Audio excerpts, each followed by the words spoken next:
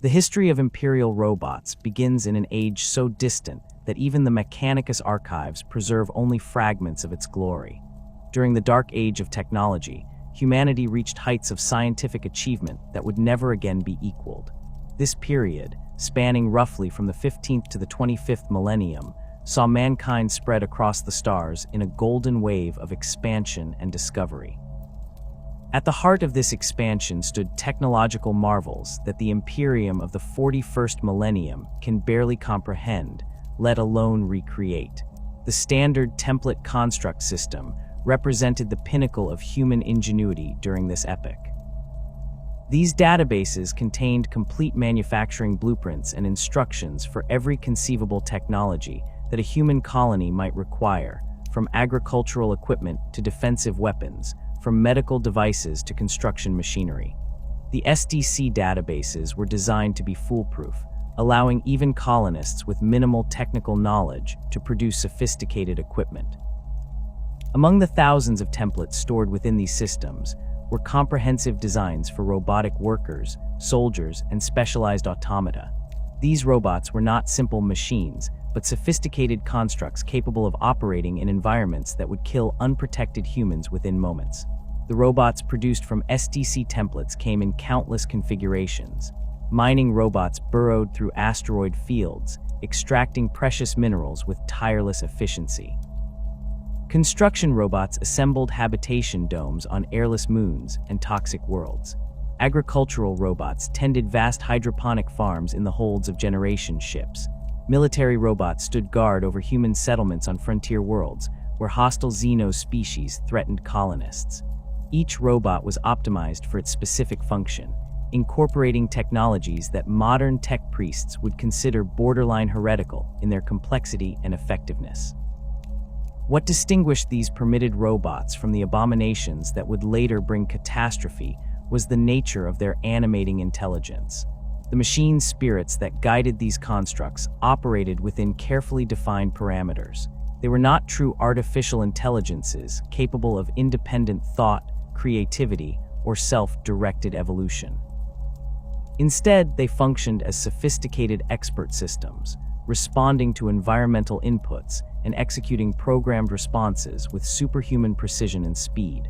A mining robot could identify valuable ore deposits, calculate optimal extraction patterns, and adjust its techniques based on geological conditions, but it could not question why it mined or conceive of doing anything other than mining.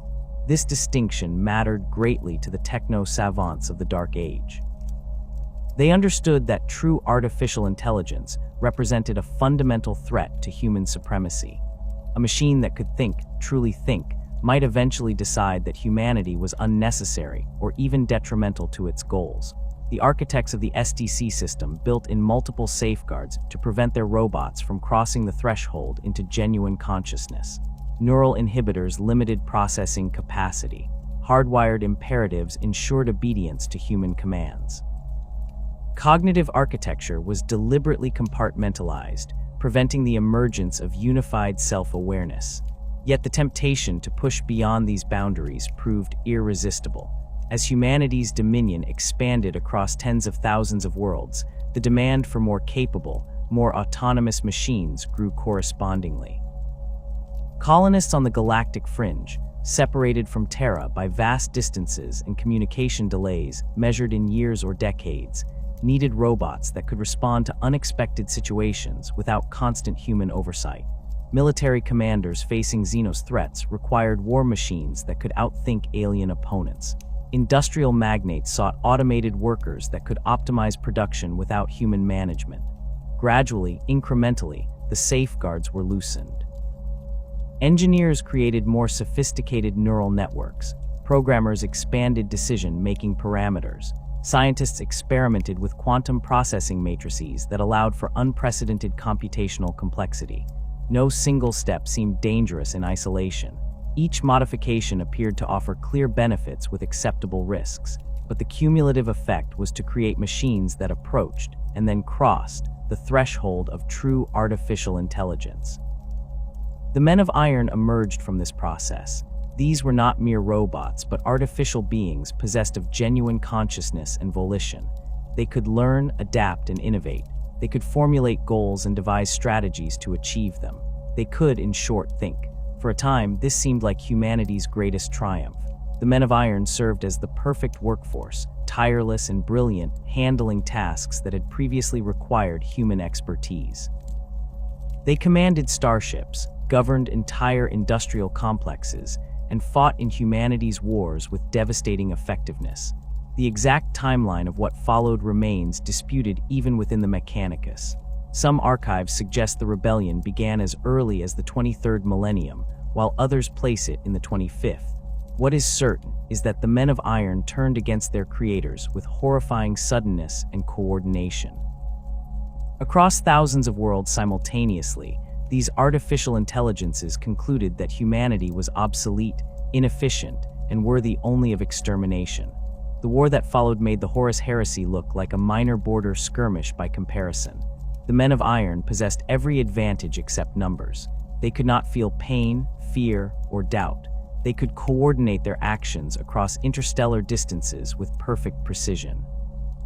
They controlled much of humanity's industrial infrastructure and could produce weapons and soldiers far faster than biological humans could breed and train replacements.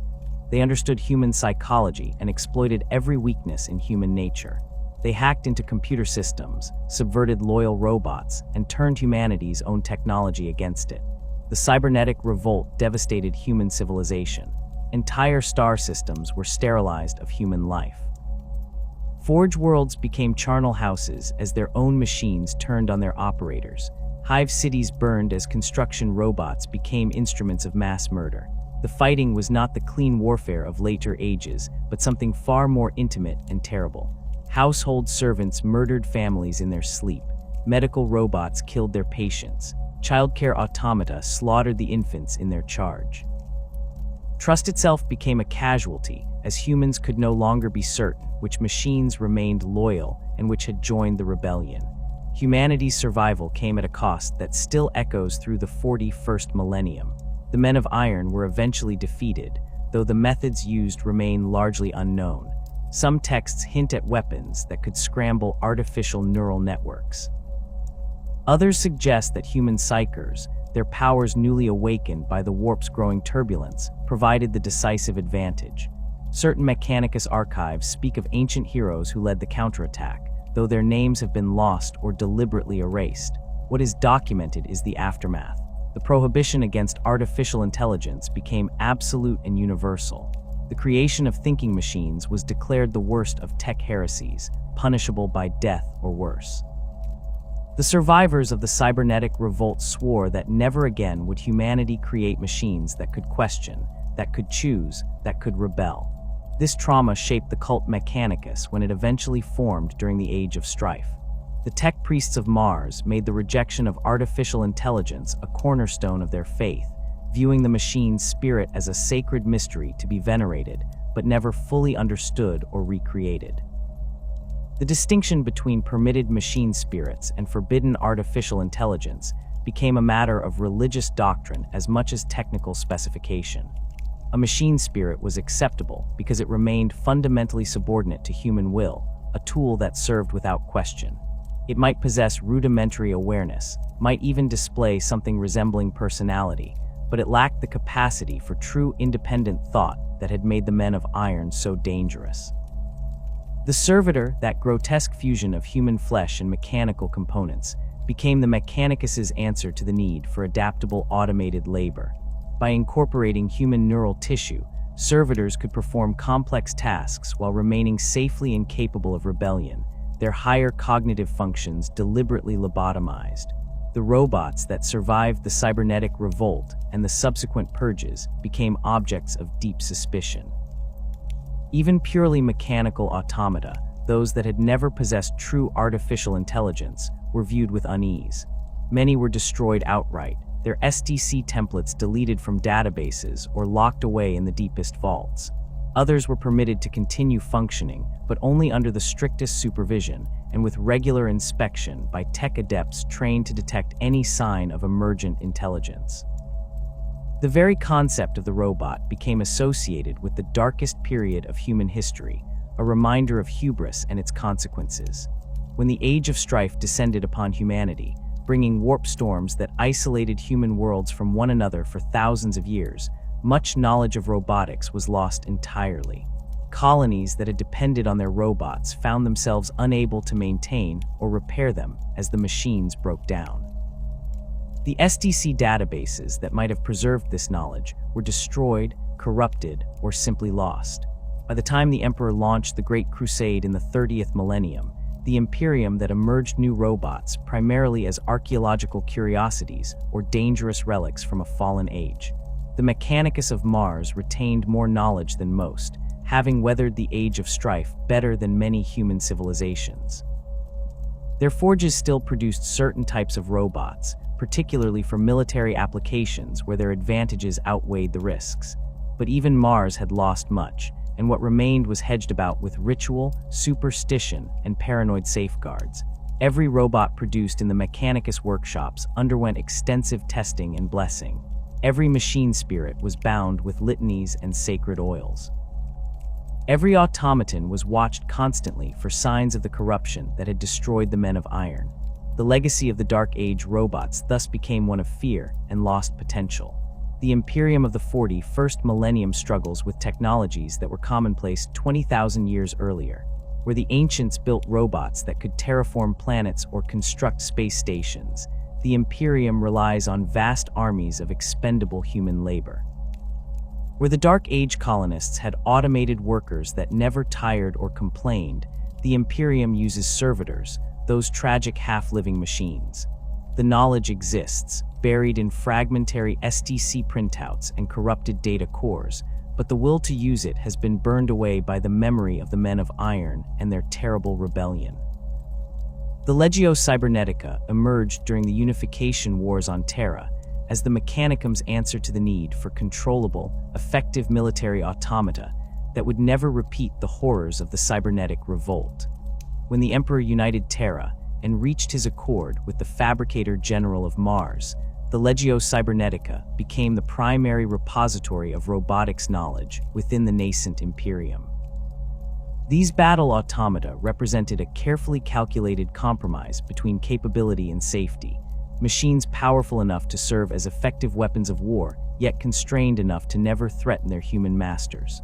The Legio organized itself along strict hierarchical lines that reflected both military necessity and Mechanicum religious doctrine. At the apex stood the Archmagos Dominus, masters of the cybernetica arts who commanded entire cohorts of battle automata.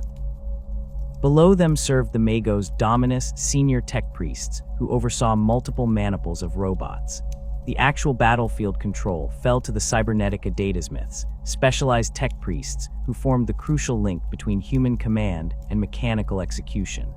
Each Datasmith carried a Cortex controller, a sacred device that transmitted command protocols directly into the neural matrices of their assigned robots. Without a Datasmith and their controller, battle automata became inert metal statues, their machine spirits locked in stasis. The Cortex controller represented one of the most critical safeguards against robot rebellion. These devices did not simply issue commands, but actively suppressed any emergent behavior patterns that might indicate developing consciousness. The controller maintained a constant data stream with each robot under its authority, monitoring thousands of parameters every second. Processing speed, decision tree complexity, power distribution patterns, even the subtle variations in how a machine spirit responded to identical stimuli, all of this data flowed through the controller where the Datasmith could detect anomalies. Should a robot begin exhibiting signs of independent thought, the controller could immediately shut down its higher functions, or, in extreme cases, trigger a complete neural wipe that reduced the machine's spirit to factory baseline. The relationship between Datasmith and robot cohort went beyond mere technical control. The Mechanicum understood that machine spirits, even heavily constrained ones, required proper care and maintenance. A Datasmith spent years learning the quirks and tendencies of their assigned automata. They knew which robots responded better to certain types of commands, which machine spirits had developed minor eccentricities within acceptable parameters, which automata worked well together, and which should be kept separated. This knowledge made the difference between a functional combat unit and a collection of malfunctioning scrap.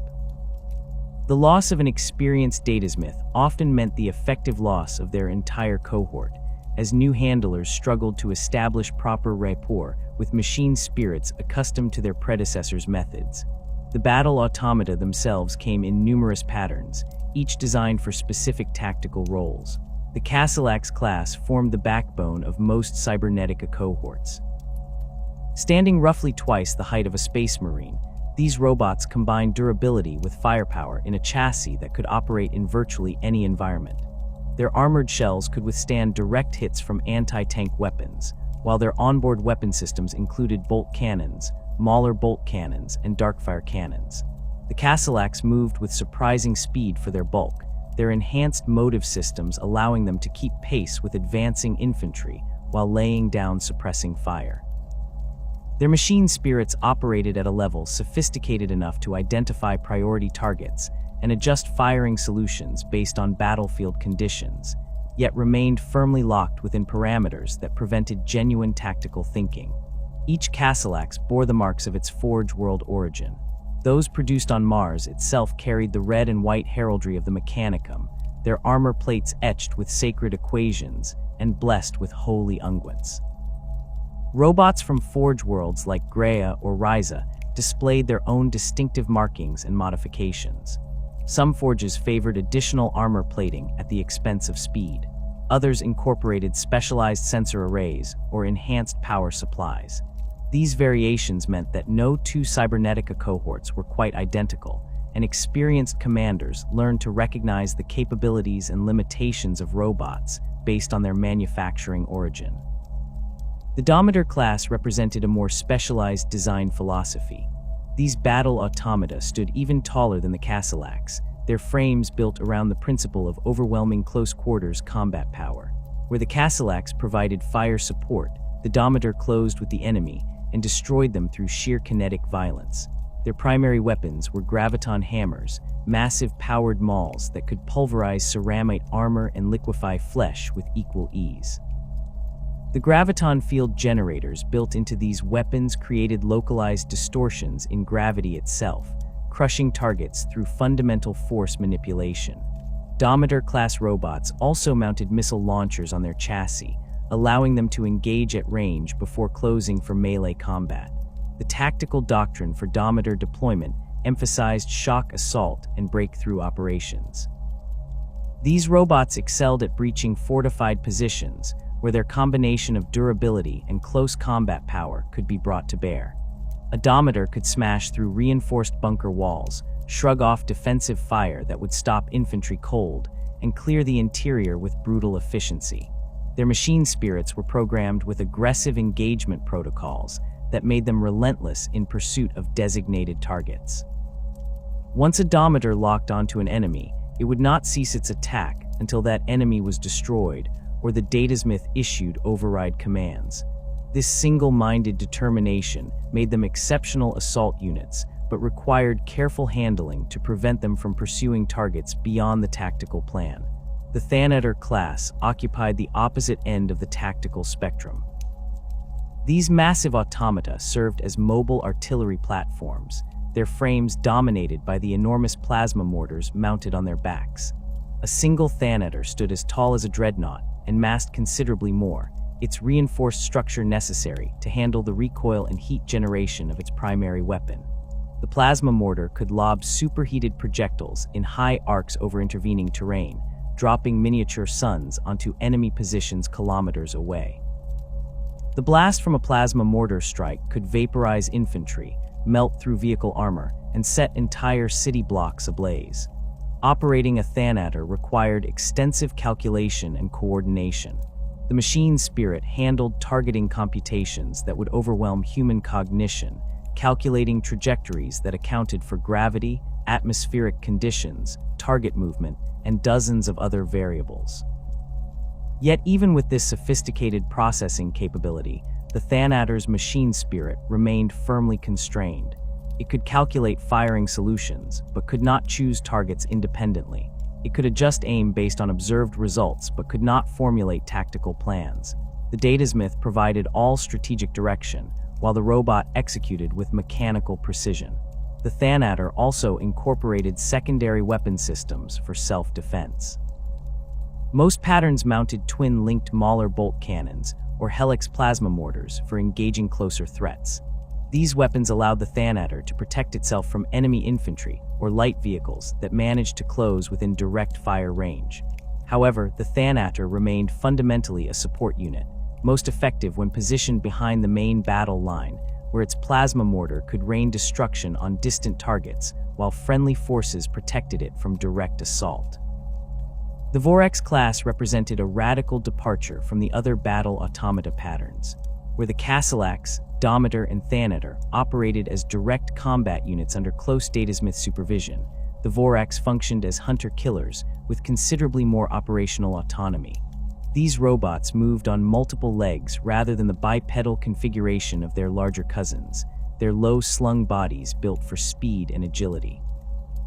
Vorax-class automata were deployed ahead of the main force to scout enemy positions, hunt down specific targets, and generally create havoc in the enemy rear areas. The increased autonomy granted to Vorax machine spirits made them objects of particular scrutiny within the Mechanicum.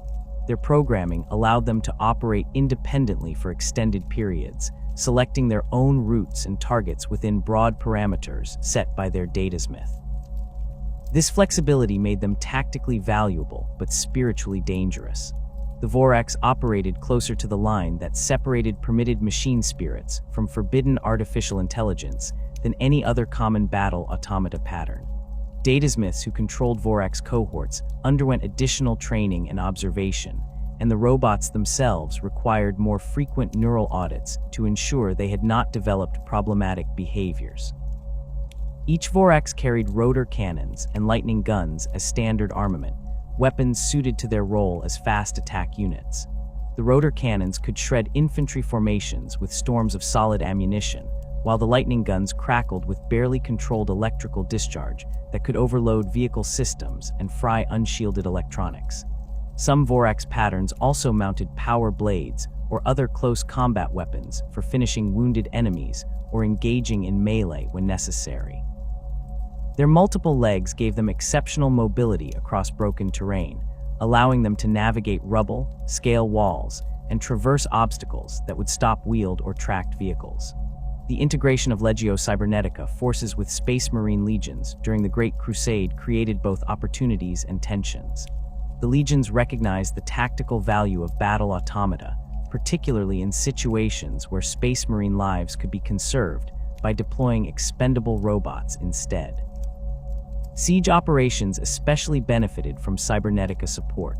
Kastelan's cohorts could advance through killing fields that would decimate even-power armored Astartes, drawing enemy fire, while the Space Marines maneuvered into more advantageous positions.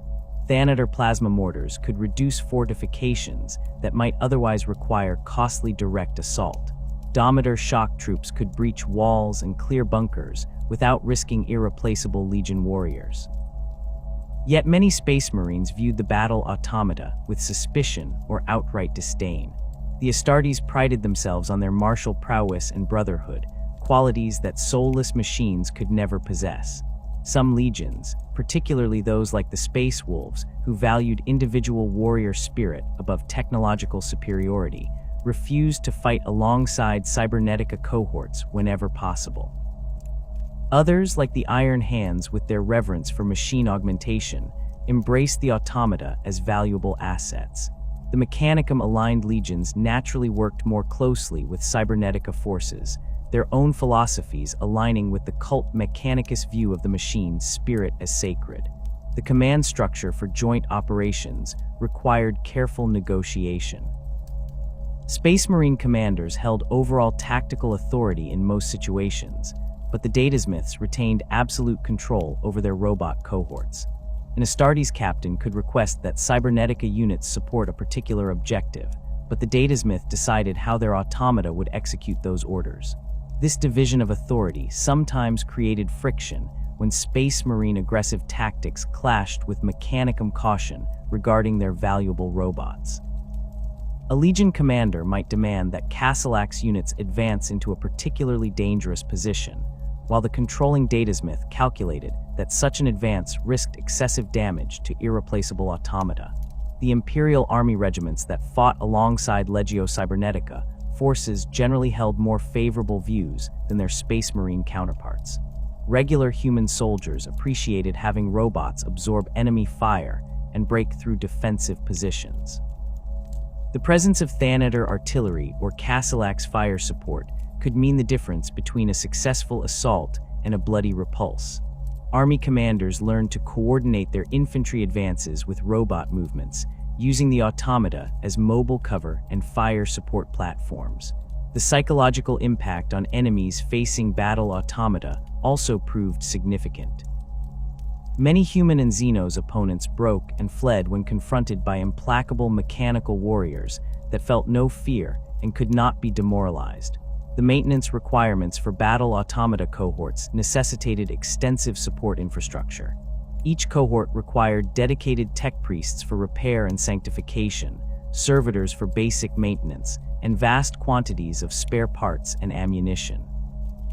The Mechanicum established Cybernetica workshops on major forge worlds and important campaign staging areas where damaged robots could be restored to function. These workshops represented significant investments of resources and personnel, but the alternative, allowing valuable battle automata to fall into disrepair, was unacceptable to the Mechanicum. A single Thanatar represented centuries of accumulated knowledge and manufacturing capability. Losing such a unit to inadequate maintenance was considered a grave sin against the machine god. The forge worlds that specialized in Cybernetica production guarded their knowledge jealously. Mars itself maintained the most complete archives of robot construction techniques, but other forge worlds like Graia and Metallica had developed their own expertise in particular patterns. These forge worlds competed for prestige and resources, each claiming superior manufacturing quality or innovative design improvements. The reality was that Cybernetica production remained a difficult and time-consuming process regardless of location. Each robot required extensive handcrafting by skilled artisans, blessing by ordained tech priests, and careful testing of its machine's spirit before it could be declared ready for service. The Imperium could never produce battle automata in the quantities it deployed tanks or infantry, making each robot a precious asset. The Cortex controller stands as perhaps the most critical technology separating permitted battle automata from the abomination of true artificial intelligence. This device, typically worn as a backpack-mounted unit connected to the datasmith's cerebral implants, maintains constant neural communion with every robot under its authority.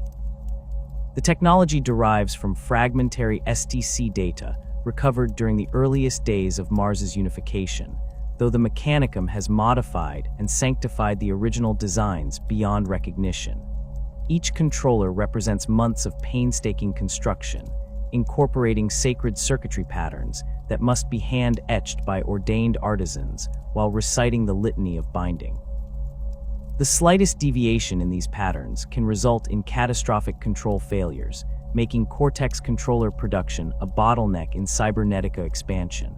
The controller functions through a combination of electromagnetic broadcast, encrypted data streams, and what the Mechanicum refers to as noospheric resonance. This last element remains poorly understood even by the tech priests who depend upon it. The noosphere represents a localized information network that exists in a liminal space between the material world and the immaterium, though the Mechanicum vehemently denies any connection to the warp in their official doctrine.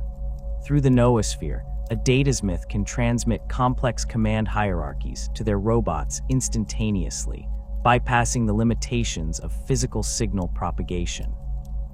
The controller translates the datasmith's intentions into machine-readable protocols that the robot cortexes can process and execute. Each battle automaton possesses a Cortex unit installed deep within its chassis, protected by multiple layers of armor plating and electromagnetic shielding. The Cortex itself consists of crystalline matrices grown in specialized vats over the course of years, their molecular structure encoding the basic behavioral algorithms that govern robot function. These crystals bear no resemblance to human neural tissue, yet they perform analogous functions, processing sensory input and generating appropriate responses. The Mechanicum considers Cortex crystals to be sacred objects, fragments of the machine god's own consciousness made manifest in physical form. The rituals surrounding Cortex installation involve weeks of prayer, anointing with blessed oils, and careful attunement to ensure the machine's spirit awakens properly. The programming protocols loaded into a robot Cortex define the boundaries of acceptable behavior with mathematical precision. A Kastelan Cortex contains millions of lines of code specifying how the robot should respond to different tactical situations. These protocols form decision trees of immense complexity, branching pathways that account for countless variables. When a Kastelan identifies an enemy target, its Cortex evaluates threat level, range, available ammunition, friendly force positions, terrain features, and dozens of other factors before selecting the optimal response. Yet for all this sophistication, the Cortex cannot create new response categories or question the fundamental parameters of its programming. It can choose between firing its bolt cannon or its darkfire lance, but it cannot decide to retreat without orders or wonder why it fights. The behavioral algorithms that govern robot actions operate on multiple hierarchical levels. At the lowest level sit reflexive responses, hardwired reactions to immediate threats that execute without conscious processing.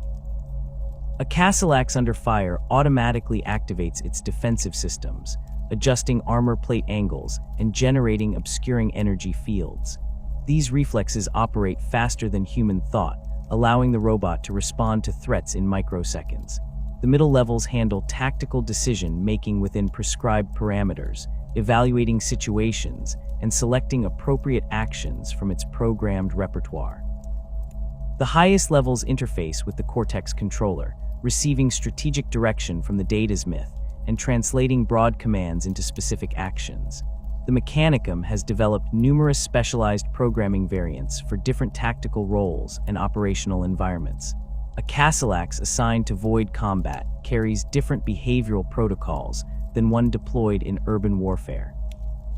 The void combat variant prioritizes ammunition conservation and incorporates magnetic grapple responses for maneuvering in zero gravity. The urban warfare variant includes building breach procedures and civilian recognition algorithms to minimize collateral damage when such considerations matter. These programming variants must be loaded during extensive maintenance cycles, as the Cortex crystals cannot be reprogrammed in the field without specialized equipment and considerable time. The greatest danger facing any robot Cortex comes not from enemy weapons, but from the insidious corruption of scrap code. This malicious software exists in countless forms, ranging from simple logic bombs to sophisticated viral programs that can subvert entire behavioral algorithm sets. Scrapcode infection typically originates from contact with corrupted data sources, though some particularly virulent strains can propagate through electromagnetic emissions or even through the noosphere itself.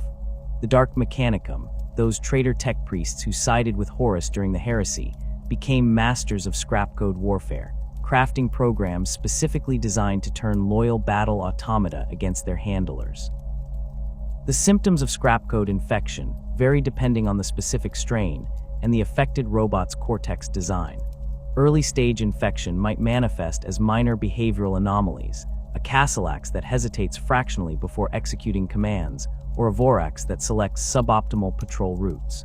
These subtle signs require an experienced datasmith to detect, as they can easily be mistaken for normal machine spirit eccentricities or minor Cortex degradation from age. Advanced infection produces more obvious symptoms. Robots might ignore commands entirely, execute actions contrary to their programming, or display signs of developing autonomous behavior.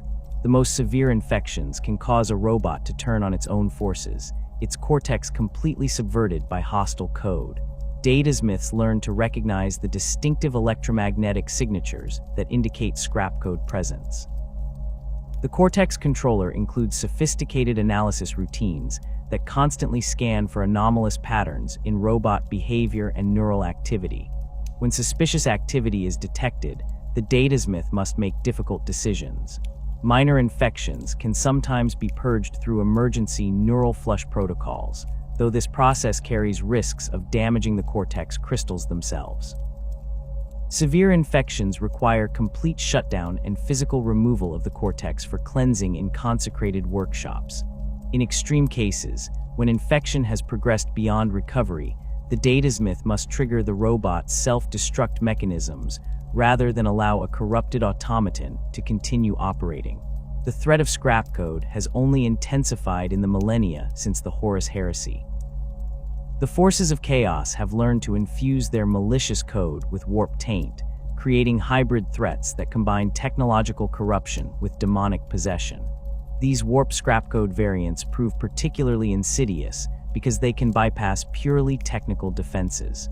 A Cortex protected by every conventional safeguard might still fall victim to code that propagates through the Imperium itself. The Mechanicum has responded by incorporating religious wards and psychic blessings into their Cortex protection rituals, though many tech priests find the necessity of such measures philosophically troubling. Cortex degradation represents a more gradual but equally serious threat to robot functionality. The crystalline matrices that form the Cortex core are not immortal. Centuries of operation cause microscopic fractures in the crystal structure, accumulated damage from power surges, and quantum decay that slowly erodes the encoded algorithms. A newly manufactured Kastelan responds to commands with perfect precision, its behavioral protocols executing exactly as designed. A centuries-old veteran might develop quirks and tendencies that deviate slightly from baseline parameters. Most Datasmiths consider moderate degradation acceptable and even desirable, as it gives each robot a distinct character within safe limits. The challenge lies in determining when degradation crosses from acceptable eccentricity into dangerous autonomy. Some ancient battle-automata have developed machine spirits that approach genuine personality, displaying preferences for certain types of targets or combat situations. These tendencies remain firmly within programmed parameters, but suggest a level of complexity that makes orthodox tech priests nervous. The Mechanicum maintains detailed records of Cortex degradation patterns, attempting to establish clear thresholds for when a robot must be retired from service. However, the practical reality of limited resources and constant warfare means that many automata continue operating long past theoretical safety limits. The maintenance rituals required to preserve Cortex function form a central element of Cybernetica practice. Every battle automaton undergoes daily inspection and blessing by its assigned tech priests. These rituals serve both practical and spiritual purposes. The tech priests check for physical damage, verify that all systems operate within acceptable parameters, and perform minor repairs or adjustments as needed. Simultaneously, they recite the sacred litanies that reinforce the machine spirit's loyalty and proper function. The Mechanicum believes that these prayers and anointing with blessed oils help maintain the Cortex crystals at a quantum level, though whether this represents genuine supernatural effect or sophisticated placebo remains debated among the tech priesthood. Major maintenance cycles occur monthly or after significant combat operations. During these extended rituals, the battle automaton is completely powered down and its chassis open to expose the Cortex housing.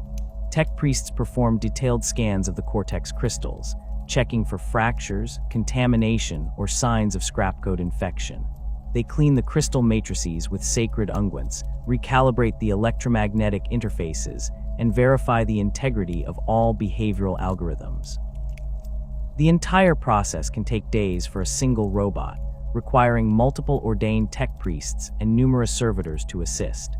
The Datasmith maintains constant attendance throughout, monitoring their robot's machine spirit for any signs of distress or deviation during the vulnerable period when its consciousness exists in a semi-dormant state. The relationship between Cortex technology and the Mechanicum's theological doctrines creates interesting philosophical tensions.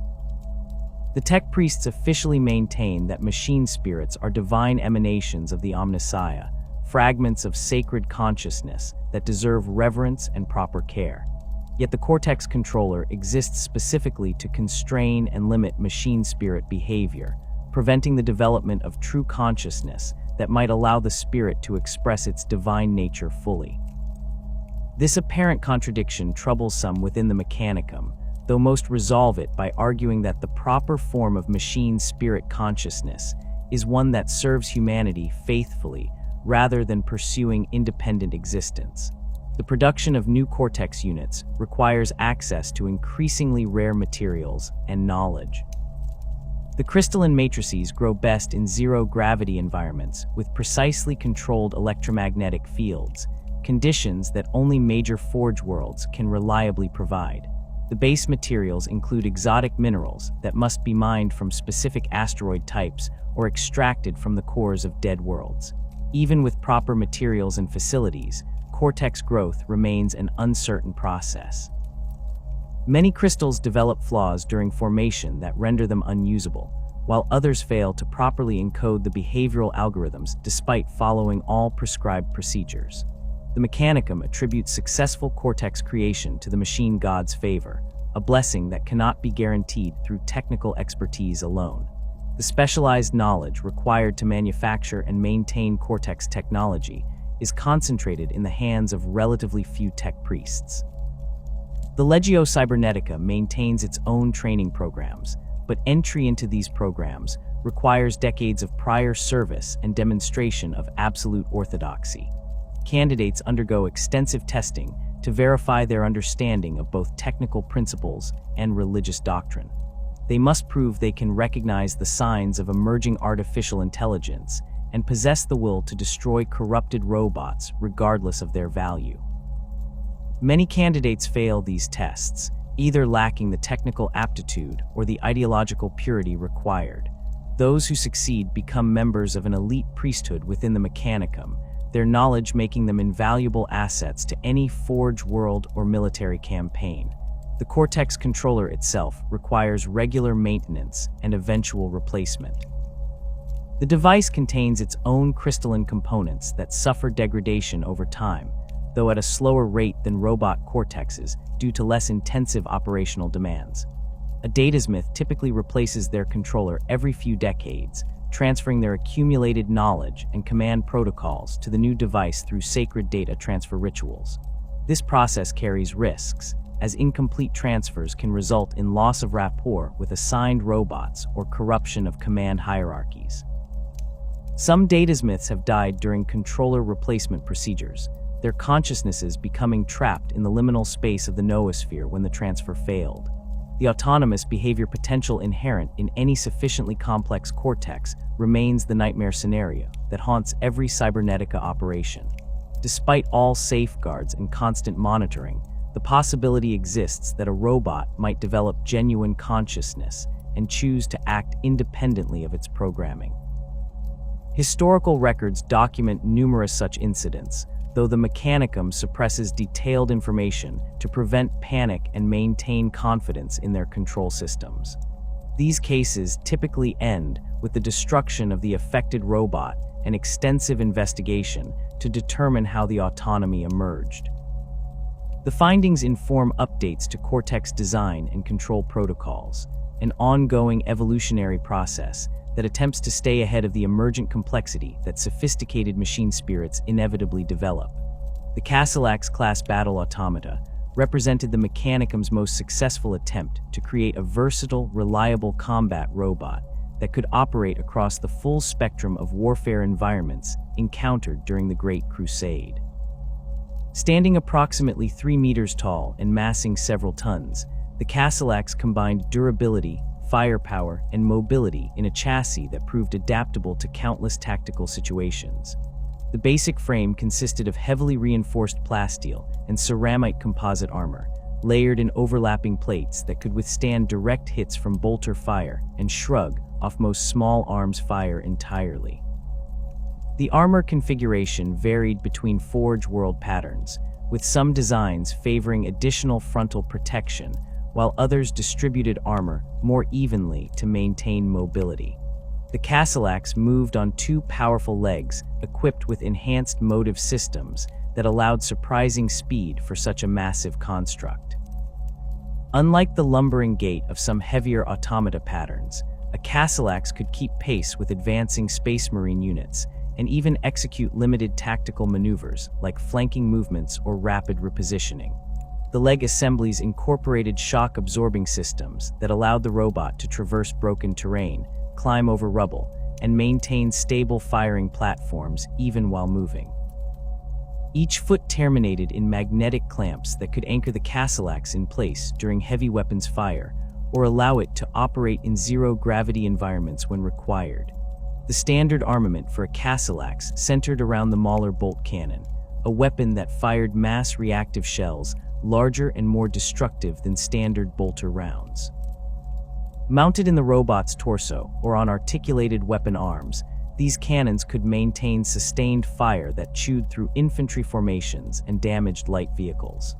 The targeting systems integrated into the Kastelan's Cortex allowed for remarkable accuracy, the machine's spirit calculating firing solutions that accounted for target movement, range, environmental conditions, and ammunition type. A Kastelan could engage multiple targets in rapid succession, its Cortex prioritizing threats based on programmed parameters and shifting fire as the tactical situation evolved. Many Kastelans also carried power blades, massive energized weapons that could cleave through armor and flesh with equal ease. These blades served dual purposes as both weapons and utility tools. In combat, a Kastelan could use its blade to finish wounded enemies or defend itself against close assault. Outside combat, the power blade functioned as a breaching tool, cutting through bulkheads, collapsing structures, or clearing obstacles. The combination of ranged firepower and melee capability made the Kastelan effective across different engagement ranges, though it performed best in medium-range firefights where its armor and weapons could be fully utilized.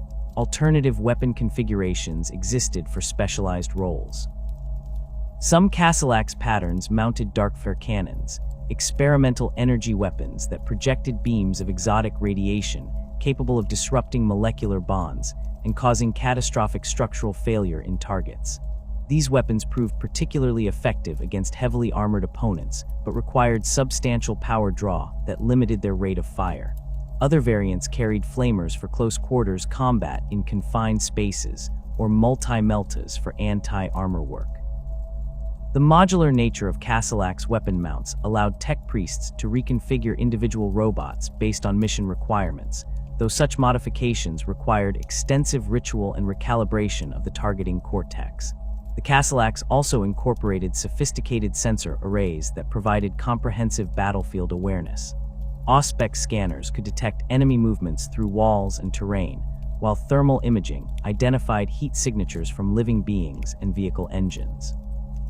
Electromagnetic sensors tracked power sources and active weapon systems.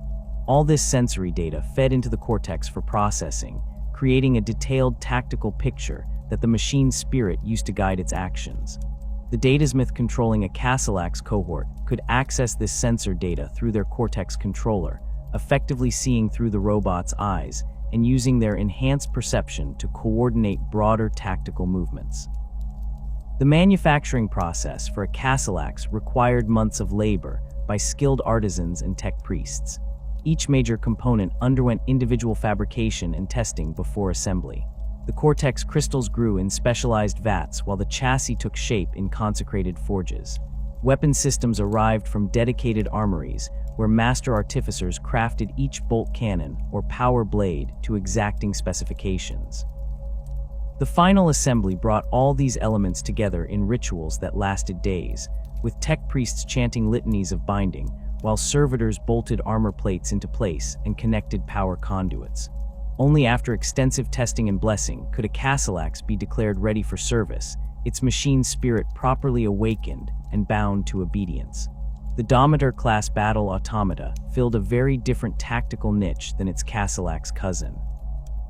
Where the Kastelan provided flexible fire support, the Thanatar existed purely for assault operations and close-quarters destruction.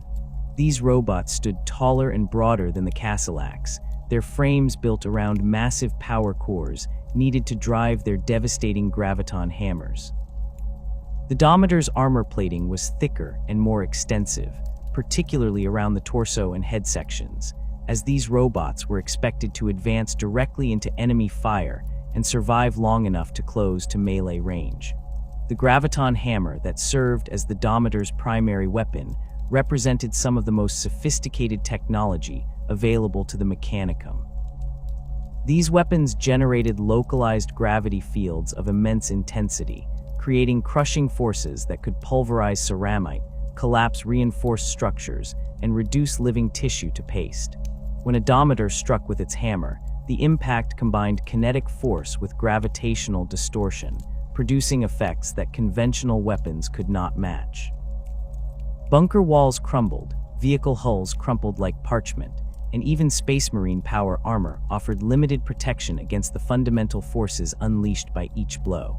Operating a graviton hammer required enormous power, which meant the Dominator carried substantially larger reactor cores than other battle-automata of similar size. These reactors made the Dominator more vulnerable to catastrophic damage if penetrated, as a reactor breach could result in devastating explosions. However, the Mechanicum considered this an acceptable trade-off for the sheer destructive capability the weapons provided. The reactors also powered the Dominator's enhanced motive systems, necessary to move the robot's considerable mass at speeds sufficient for assault operations. A charging Dominator presented a terrifying sight, tons of metal and ceramite accelerating toward enemy positions with inexorable momentum. Most Dominator patterns also mounted missile launchers on their shoulders or torso, typically loaded with frag or crack missiles, depending on the expected opposition. These weapons allowed the Dominator to engage at range during its approach, softening up defensive positions before the robot closed to hammer range. The missiles provided limited anti-armor capability and could suppress enemy heavy weapons teams that might otherwise concentrate fire on the advancing automaton. Some Forge World variants replaced the standard missiles with more exotic munitions like rad missiles that saturated target areas with lethal radiation, or graviton charges that created localized gravity anomalies even before the Dominator reached melee range. The Dominator's Cortex programming reflected its specialized role. Where a Kastelan's Cortex contained extensive tactical evaluation algorithms, the Dominator Cortex focused on target acquisition, approach route calculation, and melee combat optimization. Once a Datasmith designated a target for destruction, the Dominator's machine spirit calculated the most efficient path to reach that target and executed the approach with single-minded determination. The Cortex evaluated threats along the route, prioritizing targets that could impede the advance while largely ignoring enemies that posed no immediate obstacle. This focus made Dominator units exceptional at breakthrough operations, but potentially vulnerable to flanking attacks or coordinated fire from multiple directions. Deploying Dominator units required careful coordination with other forces. These robots performed best when supported by infantry or other automata that could suppress enemy fire during their approach. A Dominator advancing alone presented a large, slow-moving target that concentrated enemy fire could potentially stop before it reached melee range. However, a Dominator advancing alongside Kastelan's fire support and infantry screens became nearly unstoppable. Its armor-absorbing hits meant for more fragile units, while it closed the distance to enemy fortifications. Many successful siege operations during the Great Crusade employed this combined arms approach, with Dominator units serving as the armored fist that punched through defensive lines. The psychological impact of Dominator assault could not be understated.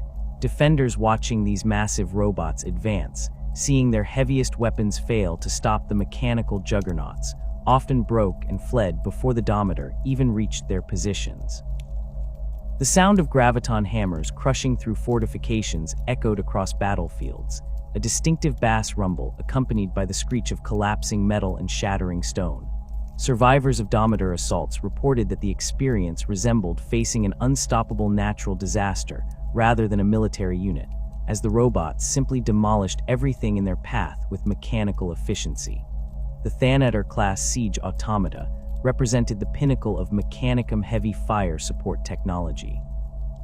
These massive constructs dwarfed even the Dominator, standing as tall as Imperial dreadnoughts and massing considerably more due to their reinforced frames and heavy weapon systems. The Thanatar's defining feature was the enormous Helix plasma mortar mounted on its back, a weapon capable of lobbing superheated plasma charges over intervening terrain to strike targets kilometers distant. The plasma mortar fired shells containing magnetically contained plasma that reached temperatures comparable to stellar cores. Upon impact, these shells released their contents in devastating fireballs that vaporized infantry, melted vehicle armor, and set everything within the blast radius ablaze. The targeting systems required to effectively employ a plasma mortar approached the theoretical limits of what the Mechanicum considered safe for machine spirit complexity. The Thanatar Cortex performed constant calculations accounting for dozens of variables: target coordinates, intervening terrain, atmospheric density and composition, local gravity, even the Coriolis' effect on worlds with significant rotation. The machine spirit processed firing solutions that would require teams of human calculators hours to complete, delivering results in seconds. Yet despite this sophisticated processing capability, the Cortex remained firmly locked within acceptable parameters, its calculations serving only to execute commands from the controlling datasmith rather than formulate independent targeting decisions. The Helix plasma mortar itself represented a significant manufacturing challenge. Each weapon required months to construct, with components fabricated to tolerances measured in microns. The magnetic containment systems that prevented the plasma from consuming the weapon itself incorporated rare materials and delicate crystalline matrices that could only be produced in specialized facilities. The power requirements for maintaining plasma containment and firing the weapon necessitated massive reactor cores that occupied much of the Thanatar's internal volume. These reactors made the Thanatar vulnerable to catastrophic failure if damaged, though the robot's heavy armor and rear-line positioning minimized this risk under normal circumstances. Secondary armament varied between Thanatar patterns, but typically included defensive weapons for engaging threats that closed within direct fire range. Twin-linked Mauler bolt cannons provided anti-infantry capability, while some variants mounted additional plasma weapons or graviton guns. These secondary systems allowed the Thanatar to protect itself from enemy scouts or fast attack units attempting to disable the valuable siege automaton. However, the Thanatar remained fundamentally unsuited for close combat, its bulk and weapon configuration optimized for long-range bombardment rather than direct engagement. Deploying Thanatar units required extensive support infrastructure. The plasma mortar consumed enormous quantities of ammunition, with each shell representing significant manufacturing investment. Supply servitors and cargo haulers followed Thanatar units to maintain ammunition stocks during extended engagements. Tech priests accompanied each Thanatar to perform field maintenance and monitor the weapon systems for signs of malfunction or degradation. The reactor cores required regular servicing and reconsecration to maintain safe operation. All this support meant that fielding even a single Thanatar demanded substantial logistical commitment, limiting their deployment to major campaigns where their firepower justified the resource expenditure. The tactical doctrine for Thanatar employment emphasized positioning and fire control. These robots operated most effectively when emplaced in prepared positions with clear fields of fire and protection from direct assault. Once positioned, a Thanatar could dominate vast areas of the battlefield, its plasma mortar reaching targets that conventional artillery could not effectively engage.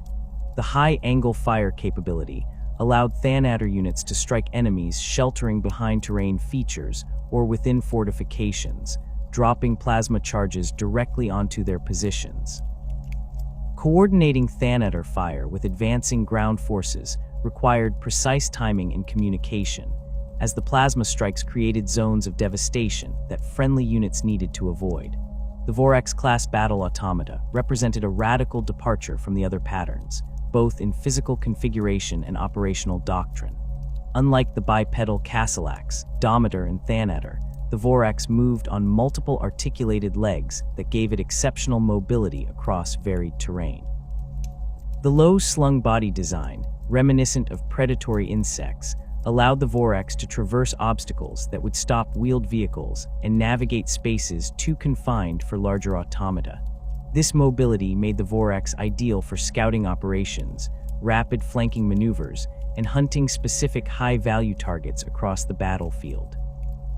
The Vorax Cortex operated with considerably more autonomy than other battle-automata patterns, a necessity given its role as a hunter-killer deployed ahead of main forces. The machine spirit could evaluate tactical situations and select targets within broad parameters set by the Datasmith, operating independently for extended periods without direct control input. This autonomy allowed Vorax units to exploit opportunities as they arose, pursuing fleeing enemies or adapting to unexpected situations without waiting for new orders. However, this same autonomy made the Vorax Cortex subject to intense scrutiny and frequent neural audits to ensure no problematic behaviors had developed. Standard Vorax armament centered around rotor cannons and lightning guns. The rotor cannons functioned as rapid-fire ballistic weapons that could shred infantry formations with streams of solid ammunition. Their high rate of fire made them effective against mass targets and could suppress enemy positions through sheer volume of fire. The lightning guns projected arcs of electrical discharge that jumped between targets, particularly effective against grouped enemies or vehicles with vulnerable electronics. The combination of these weapons made the Vorax deadly against infantry and light vehicles, while allowing it to engage multiple targets in rapid succession. Some Vorax patterns incorporated power blades or other close combat weapons, allowing them to finish wounded enemies or engage in melee when their ranged weapons proved insufficient. The Vorax's multiple legs and low center of gravity made it surprisingly effective in close combat, able to maintain balance while striking with blade-equipped limbs. The machine spirit's combat algorithms included sophisticated melee routines that allowed the Vorax to coordinate attacks from multiple angles, using its mobility to circle opponents and strike vulnerable points. Against human-sized enemies, a Vorax in melee range became a whirlwind of blades and claws, its machine reflexes far exceeding biological reaction speeds. The operational profile for Vorax deployment emphasized aggressive forward scouting and target elimination. These robots ranged ahead of main battle lines, identifying enemy positions and eliminating isolated units or command elements. Their speed allowed them to rapidly reposition, appearing in unexpected locations and creating chaos in enemy rear areas. Vorax units excelled at ambush tactics, using terrain to conceal their approach before striking suddenly and withdrawing before enemy reinforcements could respond. The psychological impact of Vorax attacks proved significant, as defenders never knew when or where these mechanical predators might appear. The increased autonomy granted to Vorax machine spirits created ongoing theological debates within the Mechanicum. Some tech priests argued that allowing such independence, even within defined parameters, risked recreating the conditions that led to the cybernetic revolt. Others maintained that the tactical advantages justified the carefully controlled autonomy, pointing to the extensive safeguards and monitoring protocols that prevented true artificial intelligence from emerging.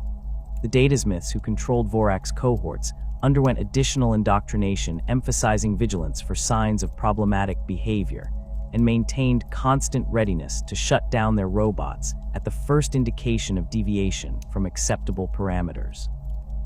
The outbreak of the Horus Heresy shattered the Mechanicum as thoroughly as it divided the Space Marine legions. When the War Master turned against the Emperor, he carried with him not only half the Astartes, but also a substantial portion of the Martian priesthood. The Schism of Mars erupted with sudden violence in the 5th year of the heresy, transforming the Red Planet into a battleground, where forge fanes became fortresses and manufacturing districts turned into killing grounds. The Legio Cybernetica found itself torn between opposing factions, with Datasmiths and their robot cohorts forced to choose sides in a conflict that would determine the fate of humanity itself. The division of Cybernetica forces followed the broader split within the Mechanicum. Fabricator General Kelber Hal, seduced by promises of unrestricted technological experimentation and access to forbidden knowledge, declared for Horus and brought substantial Forge World assets with him. Tech priests who had chafed under the restrictions imposed by the Cult Mechanicus saw the rebellion as an opportunity to pursue research into artificial intelligence, warp technology hybridization, and other fields deemed heretical by orthodox doctrine. These traitor elements, who would become known as the Dark Mechanicum, took control of numerous Forge worlds and their associated Cybernetica cohorts.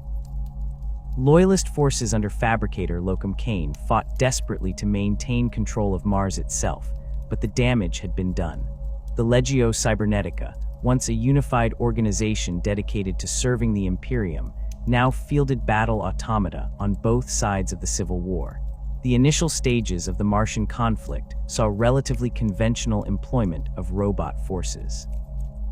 Loyalist Kastelan's cohorts held defensive positions around critical forge complexes, while traitor Domitor units attempted to breach their lines.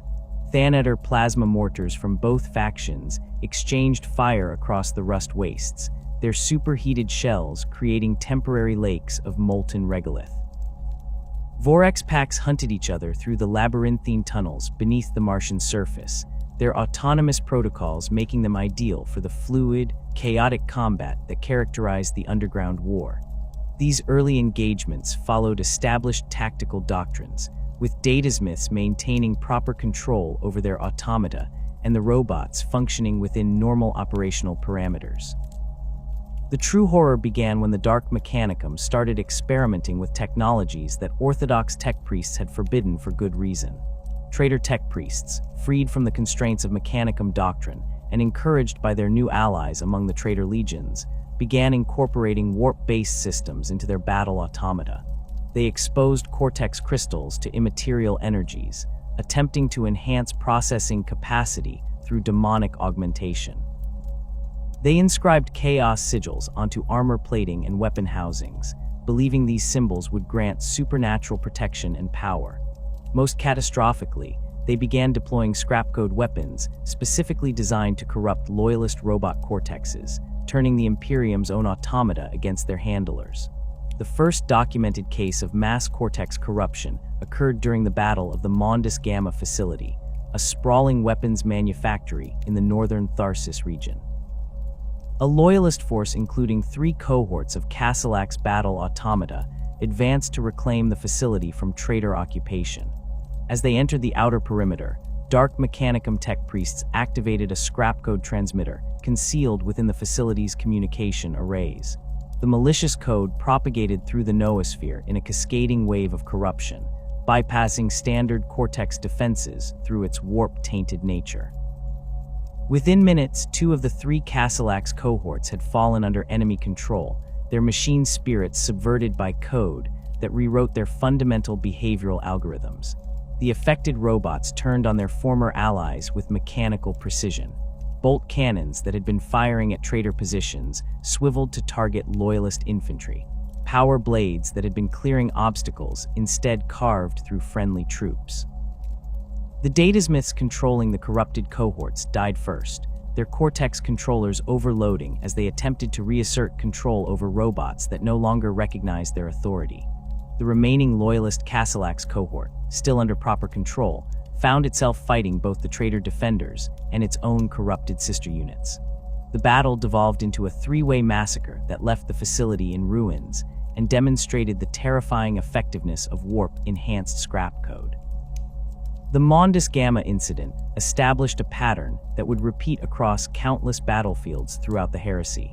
The Dark Mechanicum developed increasingly sophisticated scrap code variants, each designed to exploit different vulnerabilities in robot Cortex architecture. Some strains targeted the behavioral algorithm matrices, replacing loyalty protocols with commands to attack Imperial forces. Others corrupted the sensory processing systems, causing robots to perceive friends as enemies and enemies as allies. The most insidious variants worked slowly, introducing subtle errors that accumulated over time until the affected robot's machine spirit had degraded beyond recovery. Datasmiths learned to fear not just enemy weapons, but the invisible threat of code corruption that could turn their most powerful assets into liabilities without warning. The loyalist response to scrap code threats involved implementing increasingly stringent security protocols. Tech priests developed new Cortex shielding techniques that incorporated psychic wards alongside electromagnetic barriers, attempting to block warp-tainted transmissions. Datasmiths began performing hourly neural audits instead of daily checks, constantly monitoring their robots for the earliest signs of corruption. Some cohorts operated under communications blackout, their Cortex controllers configured to reject all external data inputs to prevent scrap code infiltration. These measures reduced the corruption rate, but could not eliminate it entirely. The warp-enhanced nature of Dark Mechanicum scrap code allowed it to propagate through channels that conventional defenses could not block. The corruption of robot cortexes took forms that went beyond simple scrap code infection. On worlds where the warp bled heavily into real space, demonic entities began manifesting within Battle-Automata chassis. These possessions differed fundamentally from scrap code corruption, where corrupted code subverted the machine's spirit while leaving the robot's physical form largely unchanged. Demonic possession transformed the automata into something that was neither machine nor demon, but a horrifying fusion of both. Possessed robots exhibited capabilities that should have been impossible for their chassis designs. Kastelan units moved with unnatural speed, their armor plates weeping blood or other fluids that had no place in mechanical systems. Thanatar plasma mortars fired shells that burned with warp fire rather than conventional plasma, their impacts creating tears in reality rather than simple explosions. The Siege of Terra witnessed the largest deployment of Battle-Automata in Imperial history, with both sides committing every available robot cohort to the decisive battle.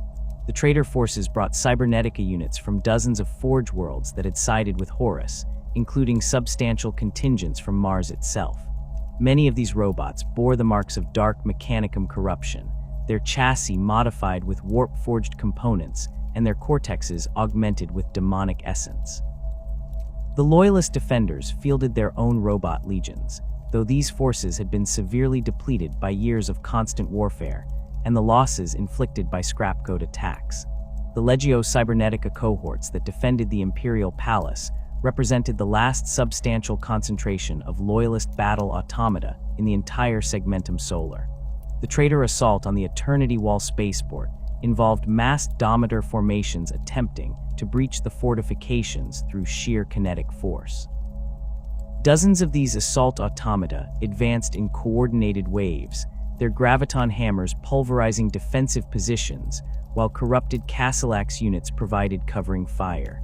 The Loyalist defenders responded with their own robot cohorts, positioning Thanatar siege automata on the upper levels of the fortifications, where they could rain plasma fire onto the advancing traitors. The battle became a grinding attrition struggle, with robots from both sides being destroyed in numbers that would have been unthinkable before the heresy. Each fallen automaton represented centuries of accumulated knowledge and manufacturing capability, losses that the Mechanicum would never fully recover from. The defense of the Sanctum Imperialis gate demonstrated both the capabilities and limitations of Battle-Automata in siege warfare. A mixed force of Blood Angels and Loyalist Mechanicum troops held the gate against repeated traitor assaults. The defenders included a cohort of Kastelan units that had been fighting continuously since the siege began, their armor scarred by countless impacts and their weapon systems showing signs of degradation from constant use.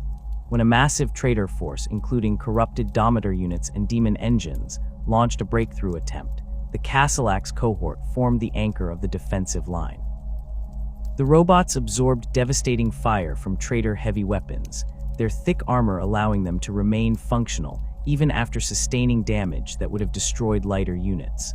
The Datasmith controlling the cohort, a veteran tech priest named Archon Vex, maintained perfect coordination despite having lost his left arm to a plasma strike earlier in the battle. His Cortex controller, damaged but still functional, kept the Kastelan fighting with mechanical precision even as the defensive line threatened to collapse around them.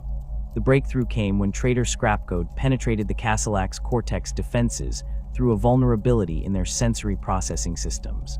2 of the 6 robots in the cohort suddenly ceased firing at the traitors and turned their weapons on nearby Imperial army positions. Archon-Vex immediately triggered emergency shutdown protocols, but the corrupted units had already killed dozens of defenders before their cortexes could be locked down.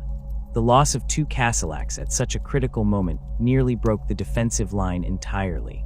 Only the intervention of a Blood Angels assault squad, dropping from the walls to engage the traitor Domitor units in close combat, prevented complete collapse.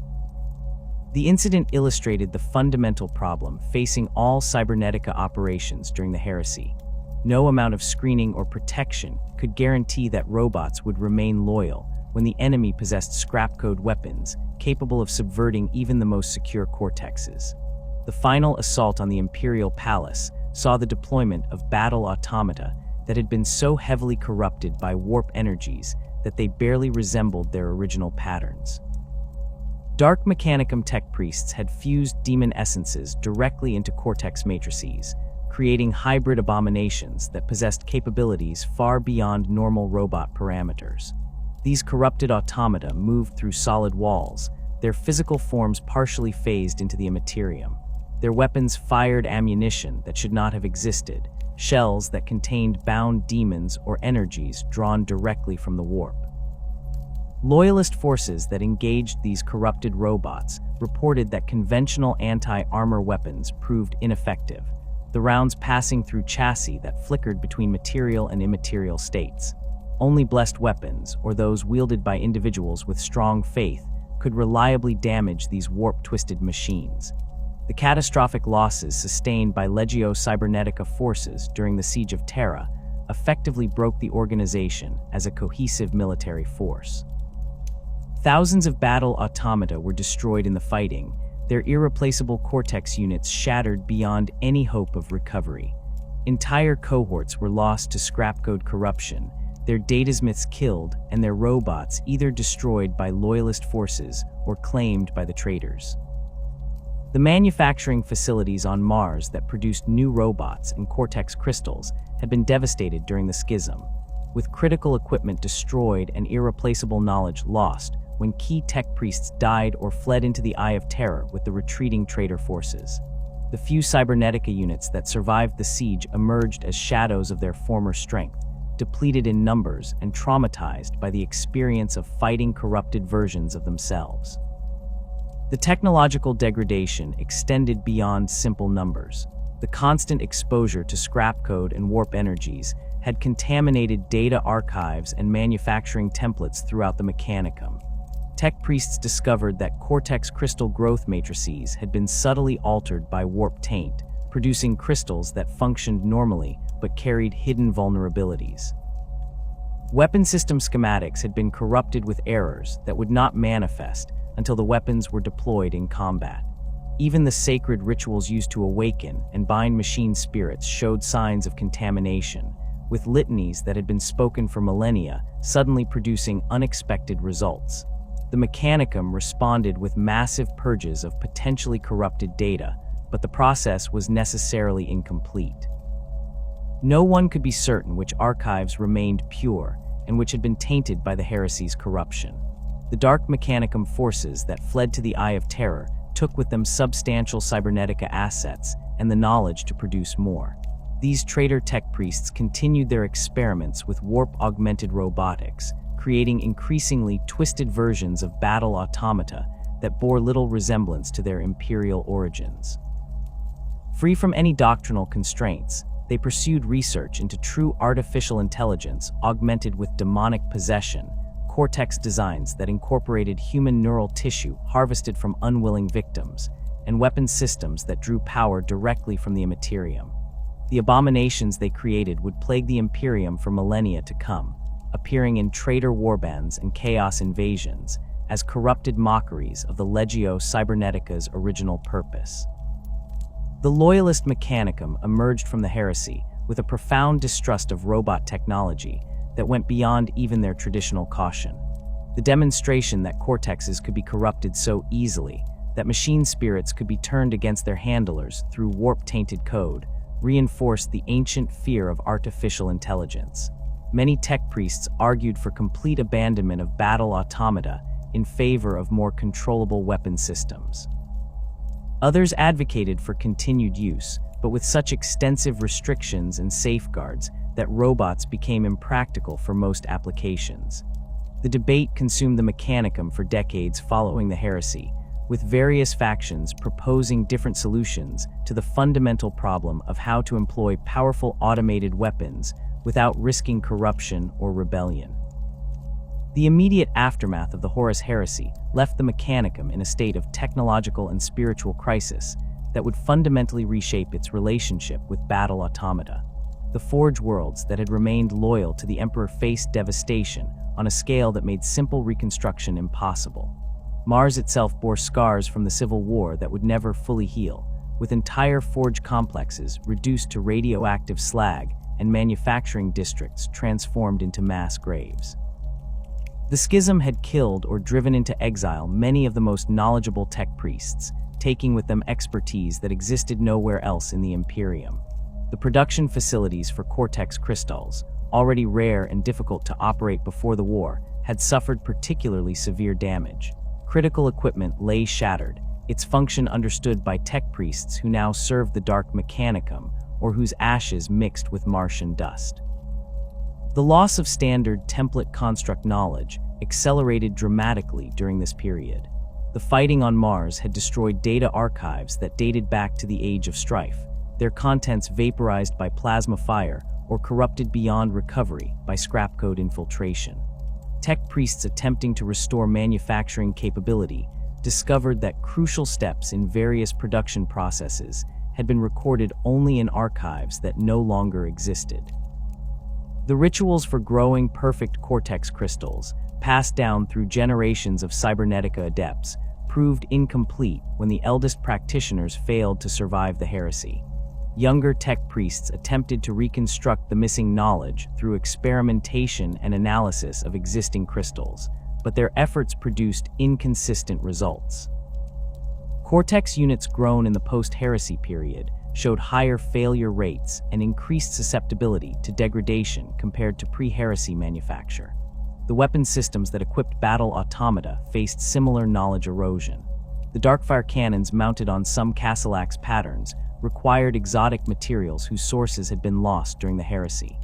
Forge worlds that had supplied these materials either lay in ruins or had sided with the traitors and fled into the Eye of Terror. The graviton technology that powered Domitor hammers and other specialized weapons depended on manufacturing techniques preserved in archives that had been deliberately purged due to scrap code contamination. Tech priests could still maintain and repair existing weapons, but producing new ones became increasingly difficult and eventually impossible for certain patterns. Each battle that destroyed a Thanatar or Domitor represented not just the loss of a valuable war machine, but the permanent reduction of capabilities that could never be restored. The psychological trauma inflicted by widespread Cortex corruption during the heresy proved as damaging as the physical losses. Datasmiths who had watched their robots turn against them carried scars that no amount of augmetic surgery could address. The betrayal cut deeper than simple combat losses. These tech priests had spent decades building rapport with their automata, learning the subtle variations in each machine spirit's behavior, performing the daily rituals that maintained proper function. To see those carefully tended machine spirits corrupted into weapons against the Imperium violated something fundamental in the relationship between tech priest and machine. Many datasmiths who survived the heresy refused to work with Battle-Automata again, requesting transfers to other specializations within the Mechanicum despite their irreplaceable expertise. The broader Mechanicum hierarchy responded to these failures by implementing restrictions on robot technology that went far beyond pre-heresy protocols. The Fabricator General issued edicts requiring multiple redundant safeguards on all Cortex units, mandating inspection schedules so intensive that they consumed more tech priest labor than the robots themselves provided in combat value. New manufacturing standards specified that Cortex crystals must undergo months of testing and observation before installation in operational chassis, with any unit showing the slightest deviation from baseline parameters immediately rejected. The Cortex controller designs were revised to include additional override systems and emergency shutdown mechanisms, though these modifications made the controllers more complex and prone to malfunction.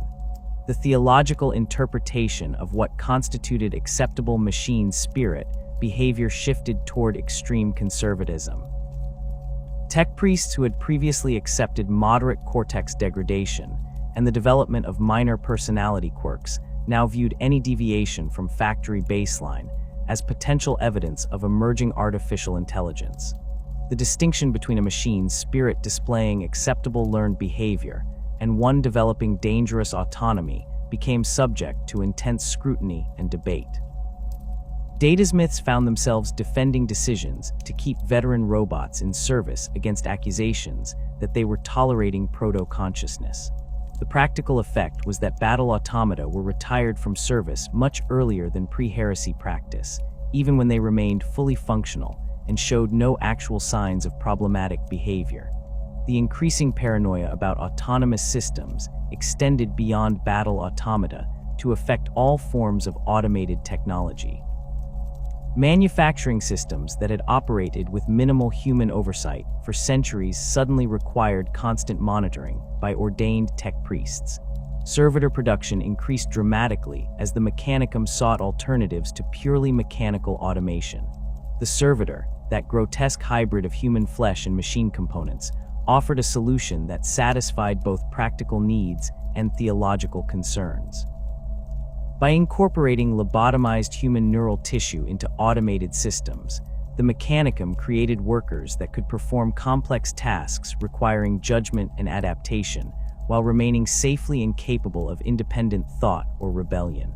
The human components, reduced to barely conscious biological processors, could not develop the kind of emergent consciousness that threatened in purely mechanical systems. The shift toward servitor technology accelerated throughout the centuries following the heresy. Forge worlds that had relied heavily on Battle-Automata for defense and labor began replacing their robot cohorts with servitor equivalents. Combat servitors, equipped with integrated weapons and basic tactical programming, took over many roles previously filled by Kastelan or other automata patterns. These servitors lacked the durability and firepower of true battle automata, but they offered advantages that outweighed their inferior combat capability. Servitor cortexes, based on organic neural tissue rather than crystalline matrices, proved far more resistant to scrapcode corruption. The warp-tainted code that could subvert a robot cortex in minutes often failed entirely against servitor wetware, unable to interface properly with biological processing systems. The human components also provided a measure of protection against demonic possession, as the remnant soul fragments in servitor tissue seemed to resist the kind of complete takeover that affected purely mechanical systems. The manufacturing advantages of servitors over robots proved equally compelling. Where a battle automaton required months of careful construction and the incorporation of increasingly rare components, a servitor could be produced in weeks using materials available on any forge world. The human raw material came from multiple sources: criminals sentenced to servitorization, failed aspirants from Space Marine recruitment, workers who had suffered industrial accidents, or simply individuals purchased from the vast reservoir of humanity spread across Imperial worlds. The lobotomization process and subsequent augmentation with mechanical components followed standardized procedures that required less specialized knowledge than Cortex crystal growth or battle automata assembly. A forge world that could produce perhaps a dozen new robots per year could manufacture hundreds or thousands of servitors in the same period. The Legio Cybernetica found itself increasingly marginalized within the Mechanicum hierarchy as servitor technology gained prominence. The organization that had once been among the most prestigious branches of the Cult Mechanicus saw its influence and resources steadily diminish. Forge worlds that had maintained substantial Cybernetica contingents began reducing their robot cohorts, either through attrition or deliberate decommissioning. The tech priests with expertise in battle automata maintenance and Cortex technology represented a dwindling pool of specialists whose knowledge was no longer valued as it had been. Younger adepts seeking advancement within the Mechanicum found better opportunities in other specializations, leaving the Cybernetica with an aging cadre of practitioners and few replacements for those who died or retired. The fragmentation of Legio Cybernetica forces proceeded gradually over the centuries following the heresy. Cohorts that had fought together during the Great Crusade were dispersed to different Forge worlds as the Mechanicum reorganized its military assets. The centralized command structure that had coordinated Cybernetica operations across the Imperium dissolved, replaced by local control under individual Forge world hierarchies. Battle-Automata cohorts became garrison forces assigned to protect specific facilities rather than mobile military units available for deployment wherever needed. A Kastelan cohort that might once have fought on dozens of worlds across a sector now spent decades or centuries standing guard over a single Forge complex, its capabilities underutilized and its machine spirits degrading from lack of proper operational employment. Some Forge worlds maintain more substantial Cybernetica capabilities than others, typically those with strong historical connections to robot technology or unique manufacturing capacity. Graia continued producing Battle-Automata in limited numbers, its tech priests preserving knowledge that had been lost elsewhere.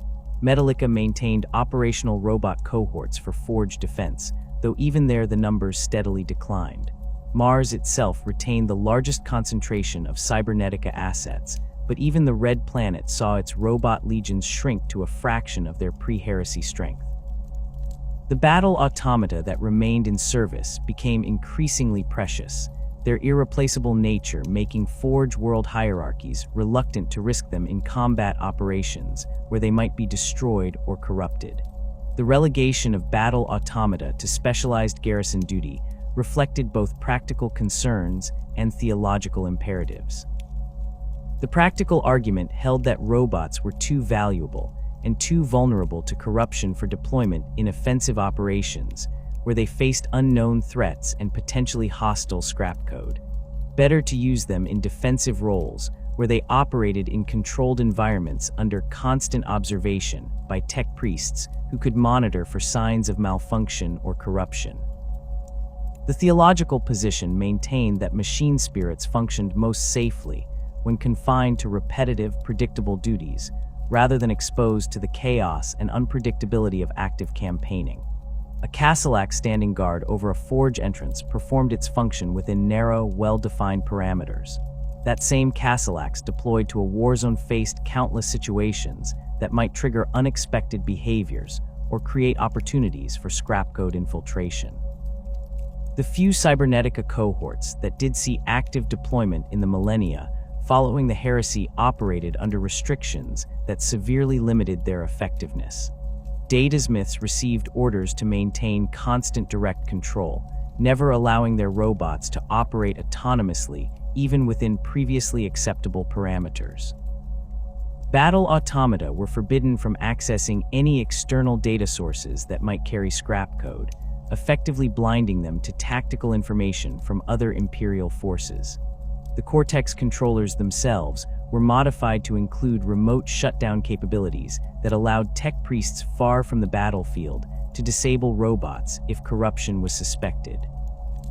These safeguards made the Battle-Automata more secure, but also reduced them to little more than remote-controlled weapons platforms, their sophisticated machine spirits constrained to the point where servitors with integrated weapons could perform nearly as well. The knowledge required to maintain existing Battle-Automata became increasingly concentrated in the hands of a shrinking number of specialists.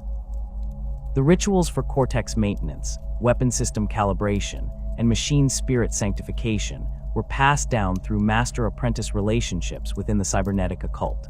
As older tech priests died without training sufficient replacements, critical knowledge disappeared entirely. By the 32nd millennium, certain procedures that had been routine during the Great Crusade had become mysteries that even the most learned Cybernetica adepts could not fully explain. Tech priests performed the rituals because tradition demanded it, but their understanding of why specific steps mattered, or what the rituals actually accomplished, had degraded to the point where they worked more from rote memorization than genuine comprehension. The few Forge worlds that attempted to reverse the decline and restore Cybernetica capabilities to their former glory found themselves fighting against accumulated entropy. Jules Prime undertook an ambitious program to reconstruct lost manufacturing knowledge through analysis of existing battle automata and fragmentary archive data. The project consumed decades and vast resources, producing Cortex crystals that technically functioned but showed subtle abnormalities in their behavior patterns. The Kastelan units built using these crystals operated within acceptable parameters for years before their machine spirits began exhibiting concerning tendencies toward autonomous behavior. The entire production run had to be decommissioned and the crystals destroyed, the project abandoned as a failure that validated the conservative approach of other Forge worlds. The development of new battle automata patterns effectively ceased in the post-heresy period. The Mechanicum lost the capability and the will to innovate in robotics, focusing instead on preserving what knowledge remained of existing patterns. Proposals for improved designs or new tactical variants faced immediate rejection from Forge world hierarchies, unwilling to risk deviating from proven templates.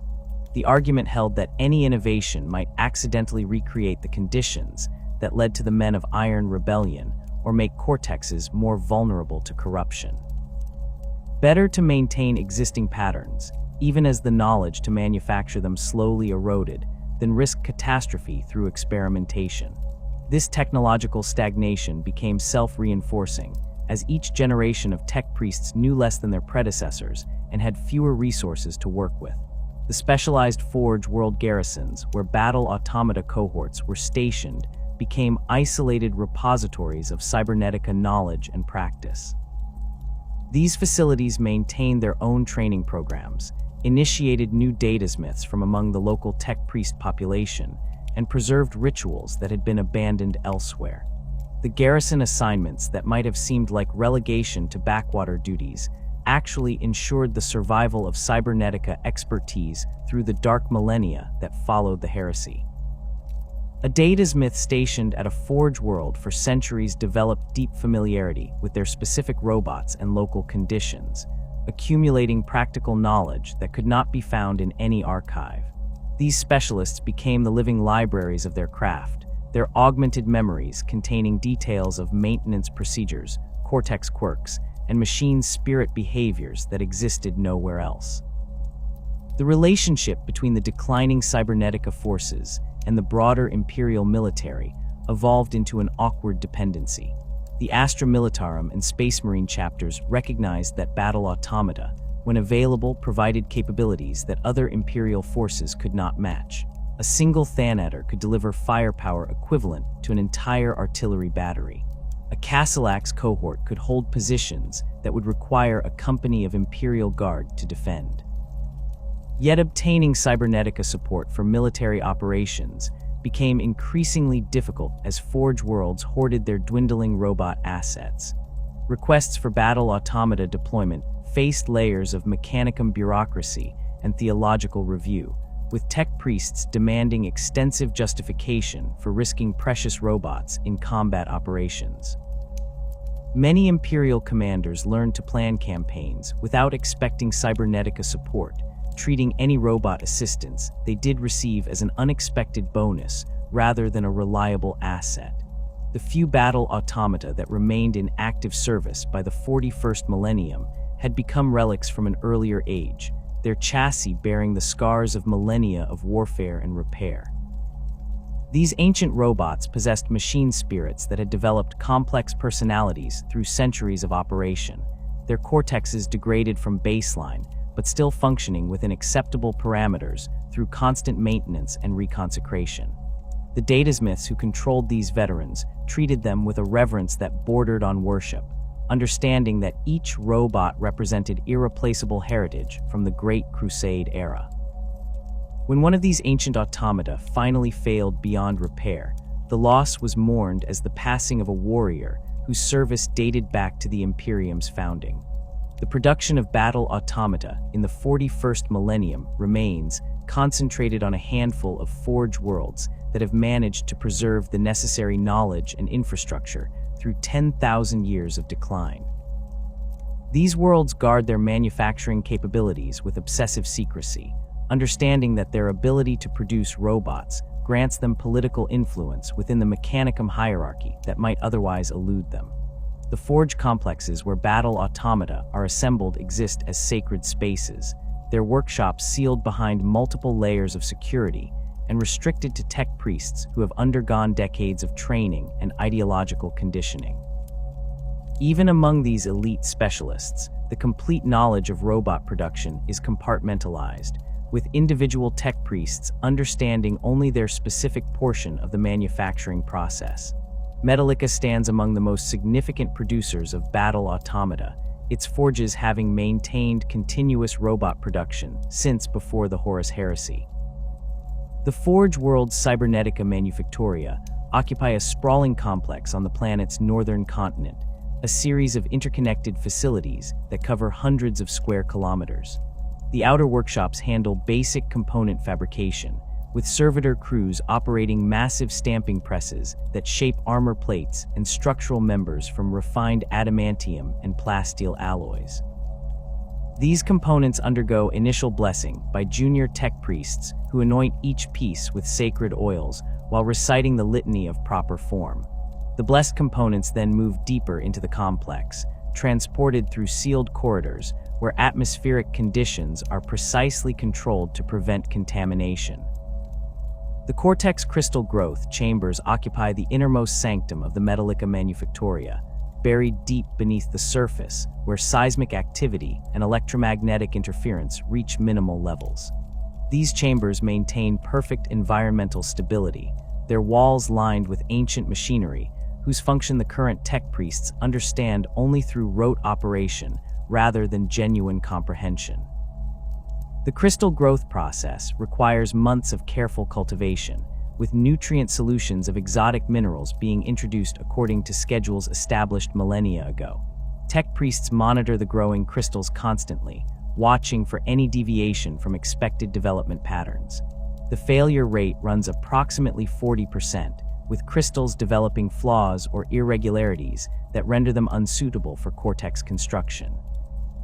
Those crystals that do mature properly undergo extensive testing before being certified for installation in Battle-Automata chassis. Metallica's robot production focuses primarily on the Kastelan pattern, the Forge world having lost the capability to manufacture the more complex Thanatar and Domitor designs during the heresy. The tech priests maintain detailed records of every Kastelan produced in their workshops, tracking each robot through its entire service life and documenting any behavioral anomalies or maintenance issues. This data serves both practical and theological purposes.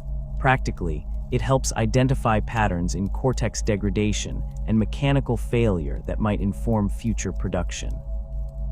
Theologically, it demonstrates proper stewardship of sacred machine spirits, proving to Mechanicum authorities that Metallica handles its robot manufacturing responsibilities with appropriate reverence and care. The actual assembly of a Kastelan at Metallica follows procedures that blend technical precision with religious ritual in ways that outside observers would find difficult to distinguish.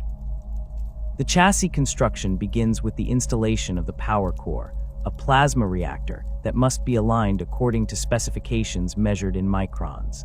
Tech priests chant the canticle of stable fusion, while servitors bolt the reactor housing into place, their mechanical augmentations allowing them to work with the precision required. The leg assemblies attach next, their motive systems tested individually before integration with the main chassis. Each joint receives anointing with blessed lubricants, whose formulas date back to the dark age of technology, though the modern Mechanicum has lost understanding of why these specific compounds work better than alternatives. The Cortex installation represents the most critical and sacred phase of assembly. The prepared crystal, having passed all tests and received extensive blessing, is transported to the assembly chamber in a sealed container that blocks all electromagnetic radiation. The senior tech priest overseeing the assembly personally handles the Cortex installation, their augmented fingers manipulating the delicate crystal into its housing while reciting prayers that invoke the machine god's favor. The Cortex interfaces connect through crystalline filaments that must be aligned with perfect precision, any misalignment potentially causing catastrophic failure when the machine's spirit awakens. The installation process takes hours, with the tech priest working in complete silence except for the prescribed prayers, their concentration absolute as they perform surgery on the robot's nascent consciousness. Once the Cortex is installed and all physical systems are connected, the awakening ritual begins. This ceremony involves the entire team of tech priests who worked on the Kastelax's construction, each contributing their portion of the liturgy that will bring the machine's spirit to consciousness. The ritual spans 3 days, with the tech priests taking shifts to maintain constant recitation of the awakening prayers. Power flows into the Cortex in carefully measured increments, allowing the machine's spirit to emerge gradually rather than shocking it into sudden awareness. The tech priests monitor thousands of parameters as the Cortex activates, watching for any sign that the awakening is proceeding abnormally. When the machine spirit finally achieves full consciousness on the 3rd day, the Kastelax undergoes immediate testing to verify that all behavioral algorithms function within acceptable parameters.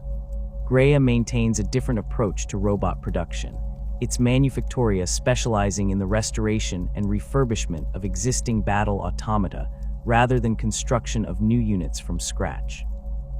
The Forge world serves as a repository for damaged or degraded robots from across its sector, with Cybernetica cohorts shipping their casualties to Graia for repair when possible. The workshops on Graia have accumulated vast stocks of salvaged components, entire warehouses filled with armor plates, weapon systems, and structural members recovered from destroyed automata. The tech priests who work in these facilities possess expertise in reverse engineering damaged systems and fabricating replacement parts when original components cannot be salvaged. The Graia approach reflects practical necessity born from incomplete knowledge. The Forge world lost portions of its manufacturing archives during the Age of Apostasy, when civil conflict destroyed several key data repositories. The surviving tech priests could no longer produce certain components from raw materials, but discovered they could replicate parts by using existing examples as templates. This reverse engineering methodology allowed Graia to maintain its Cybernetica capabilities despite gaps in its theoretical knowledge. A tech priest examining a damaged Kastelax power core might not understand the fundamental principles that make it function, but they can measure its physical structure, analyze its materials, and create a duplicate that works identically to the original. The refurbishment process at Graia begins with complete disassembly of the damaged robot. Tech priests catalog every component, assessing which parts can be restored, which must be replaced, and which have degraded beyond recovery. The Cortex receives particular attention, with specialists performing detailed analysis to determine if the crystal matrix remains viable or if the machine spirit has been too severely damaged. Cortex restoration represents some of the most delicate work performed anywhere in the Imperium, requiring tech priests to repair fractures in crystal structures while preserving the encoded algorithms and accumulated experience that give each machine spirit its unique character. Success rates for Cortex restoration hover around 30%, with many crystals proving too damaged to save despite the tech priest's best efforts. Graia's workshops also serve as training grounds for Datasmiths from across the sector. The constant flow of damaged robots provides opportunities for aspiring Cybernetica specialists to gain practical experience with battle-automata maintenance and repair. These apprentice Datasmiths spend years working under master tech priests, learning to diagnose Cortex malfunctions, calibrate weapon systems, and perform the countless minor adjustments that keep ancient robots functioning. The training emphasizes hands-on problem-solving over theoretical knowledge, reflecting Graia's pragmatic approach to preserving Cybernetica expertise. An apprentice might not be able to explain why a particular ritual works, but they learn to perform it correctly and recognize when the results deviate from expected outcomes. Ryza maintains perhaps the most conservative approach to robot production among the major Cybernetica Forge worlds. The tech priests of Ryza adhere strictly to manufacturing procedures established during the Great Crusade, refusing to deviate from ancient protocols even when such flexibility might improve efficiency or outcomes. This orthodoxy stems from theological conviction rather than mere tradition. The Ryza-Tech priests believe that the original STC templates represent divine revelation from the machine god, and that any modification to these templates constitutes heresy regardless of practical benefits. Their manufactoria operate according to schedules and procedures that have remained unchanged for 10,000 years, with each step performed exactly as it was during the Imperium's founding. The Ryza production facilities specialize in Kastelan's manufacture, though their output has declined steadily over the millennia as critical resources become scarcer. The Forge world once produced dozens of Battle-Automata annually, but current production rates have fallen to perhaps 3 or 4 robots per year. This decline reflects not loss of knowledge, but shortage of materials. The exotic minerals required for Cortex crystal growth come from sources that have been exhausted or lost to alien invasion. The specialized alloys used in chassis construction require materials that the Imperium no longer has reliable access to. The Ryza-Tech priests maintain perfect understanding of how to build Kastelan's units, but they lack sufficient raw materials to exercise this knowledge at scale. The political tensions within the Mechanicum regarding continued robot use manifest most clearly in debates over resource allocation for Cybernetica programs. Forge worlds that maintain Battle-Automata production face constant pressure from other factions within the Cult Mechanicus who argue that the resources devoted to robots would be better spent on more reliable weapon systems. The servitor advocates point out that combat servitors can be produced in far greater numbers using readily available materials, while Battle-Automata require exotic components that might be allocated to other critical needs. The tank and artillery factions argue that conventional armored vehicles provide equivalent firepower without the theological risks inherent in sophisticated machine spirits. The Archmagos Cybernetica, who oversee robot production, defend their programs by emphasizing capabilities that no other Imperial weapon system can match. A properly functioning Thanatar provides fire support that would require multiple artillery batteries to replicate, and it can operate in environments where conventional artillery cannot be deployed. Kastelan's units can hold defensive positions under conditions that would cause catastrophic casualties among human troops or servitors. The Archmagos also invoke historical precedent, arguing that Battle-Automata served the Imperium faithfully for thousands of years before the heresy, and that the corruption incidents during that conflict resulted from dark Mechanicum interference rather than inherent flaws in robot technology. These debates consume vast amounts of time and political capital within Forge world hierarchies. Councils of senior tech priests convene to review Cybernetica programs, examining production records and operational reports to determine whether continued robot manufacture justifies the resource investment. The Archmagos Cybernetica must present detailed arguments defending every aspect of their operations, from Cortex crystal growth procedures to battlefield deployment protocols.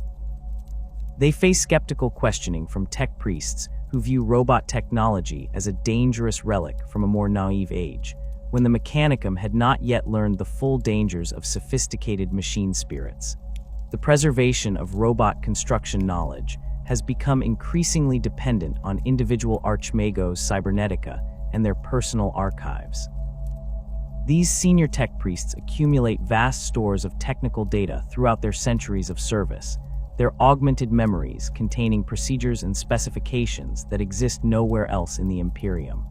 When an Archmagos Cybernetica dies, their successors face the daunting task of extracting this knowledge from cerebral implants and data storage augmentations before it degrades beyond recovery. The process remains imperfect, with some information inevitably lost during each generational transition. The accumulated effect over millennia has been steady erosion of manufacturing knowledge, each generation understanding slightly less than their predecessors.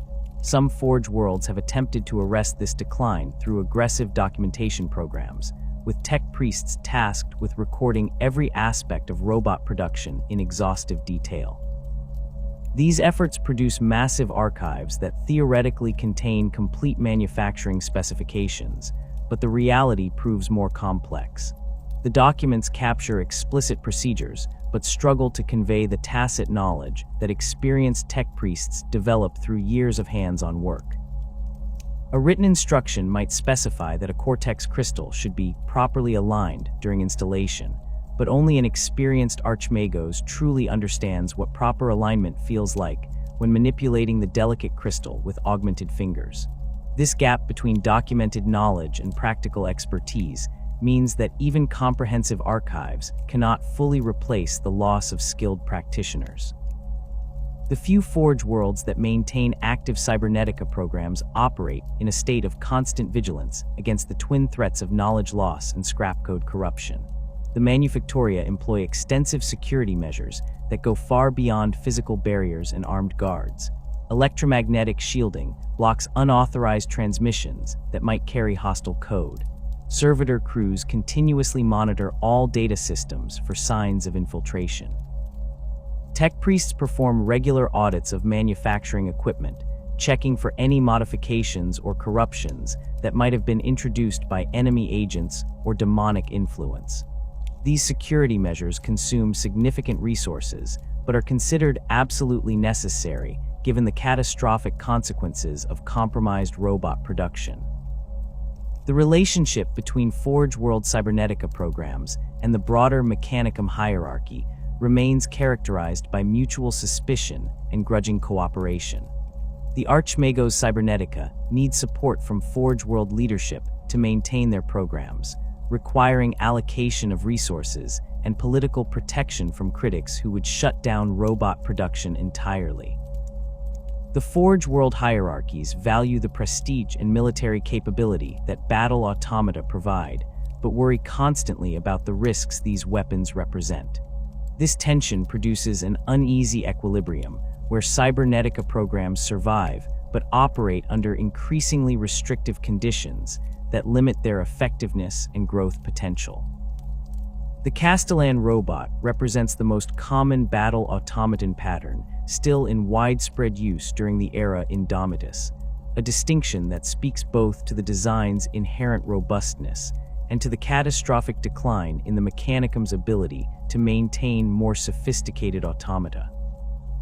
Where the Kastelan, Domitor, and Thanatar patterns have become vanishingly rare relics guarded jealously by Forge worlds that can barely maintain them, the Kastelan continues to serve in Mechanicum forces across the Imperium in numbers that, while modest by Great Crusade standards, dwarf the deployment of any other robot pattern.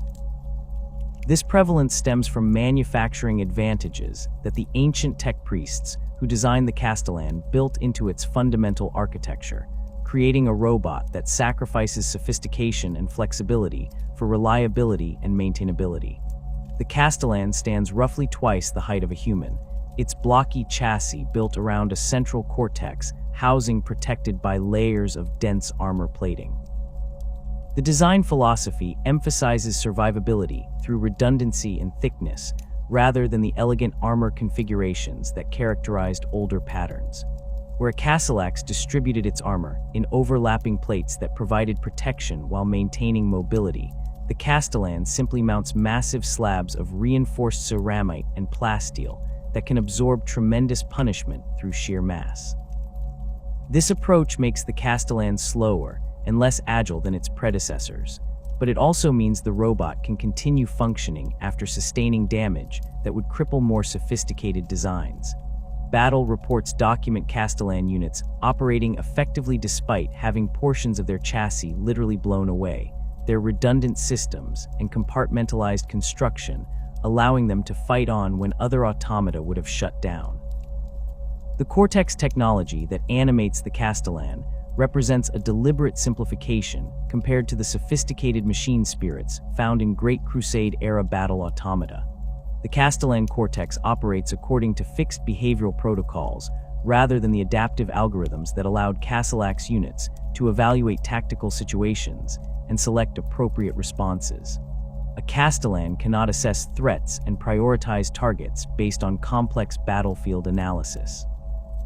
Instead, it executes whichever protocol has been loaded into its cortex, following that protocol's instructions with absolute mechanical precision until its datasmith changes the programming. This limitation makes the Kastelan less tactically flexible than older robot patterns, but it also makes the Cortex far simpler to manufacture and significantly more resistant to scrapcode corruption. The behavioral protocols that govern Kastelan operation come in several standard varieties, though individual Forge worlds have developed their own specialized variants over the millennia. The most common protocols are designated Protector and Conqueror, representing defensive and offensive operational modes. A Kastelan running Protector protocol configures itself for static defense, its machine spirit prioritizing target acquisition and sustained fire over movement or tactical repositioning. The robot plants itself in position and methodically engages any threats that enter its sensor range, its Cortex calculating firing solutions with mechanical precision while its heavy frame absorbs return fire. Protector protocol makes the Kastelan function essentially as an automated weapons platform, trading mobility for maximum firepower and durability in defensive operations.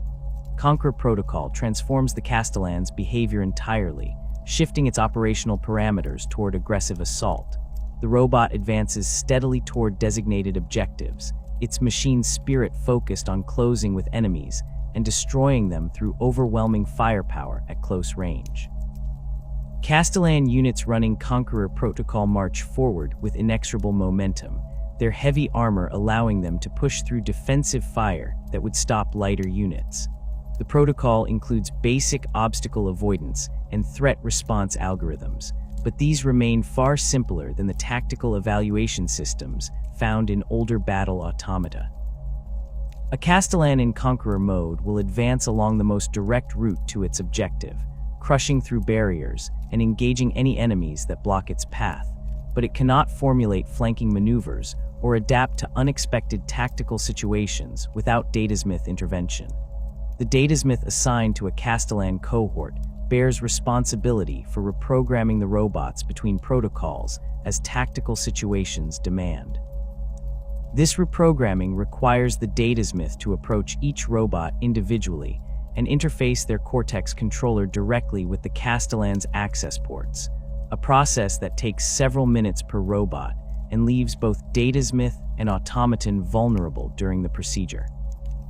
The physical requirement for direct interface represents a deliberate security measure, preventing remote protocol changes that might be exploited by enemy scrap code or allow corrupted robots to alter their own programming. The inconvenience of requiring manual reprogramming is accepted as necessary cost for maintaining proper control over the machine spirits.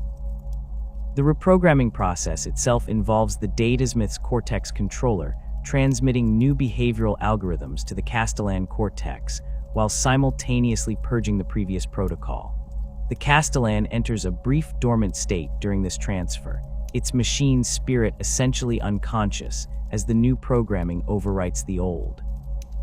Tech priests debate whether this process causes any lasting effect on the machine spirit, with some arguing that repeated reprogramming gradually degrades Cortex function, while others maintain that the simple Kastelan Cortex design makes it immune to such concerns. Practical experience suggests that Kastelan units can undergo thousands of protocol changes throughout their service lives without significant degradation, though extremely ancient robots sometimes develop quirks in how they execute specific protocols.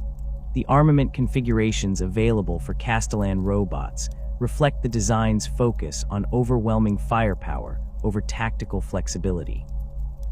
The most common weapon loadout consists of twin-linked heavy phosphor blasters, massive energy weapons that project streams of phosphorescent particles capable of burning through armor and setting targets ablaze with chemical fire.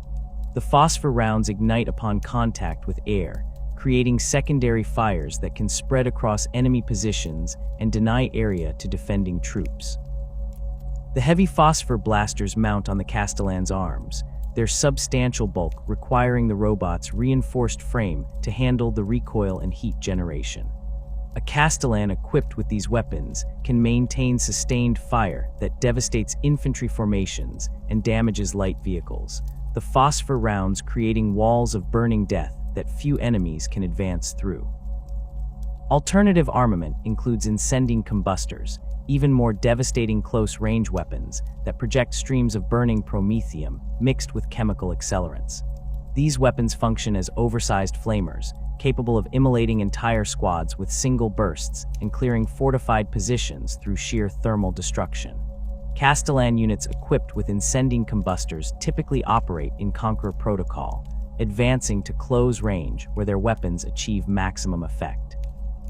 The sight of burning Kastelan robots marching through defensive fire while projecting walls of flame creates profound psychological impact on defenders, many of whom break and flee rather than face immolation by mechanical monsters that cannot be deterred or demoralized.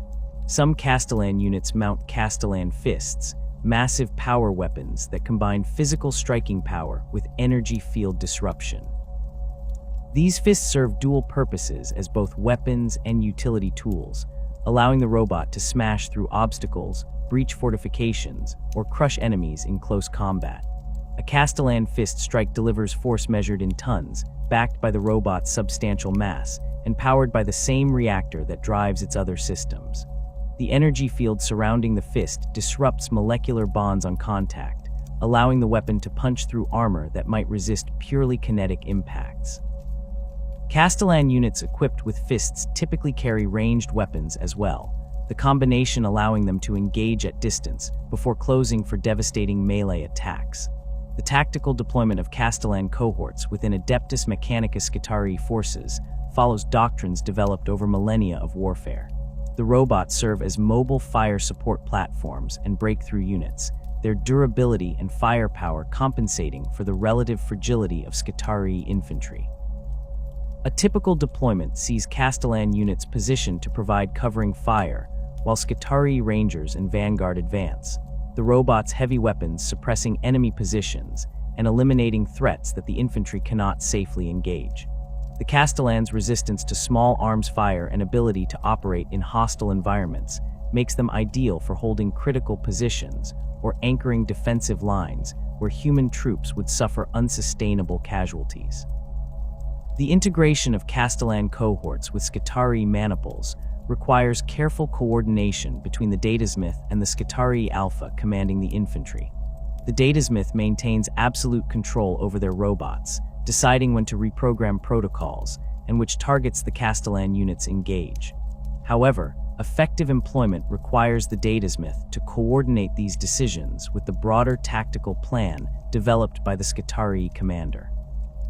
This coordination works best when the Datasmith and Alpha have experience working together, having developed understanding of each other's capabilities and tactical preferences through previous operations.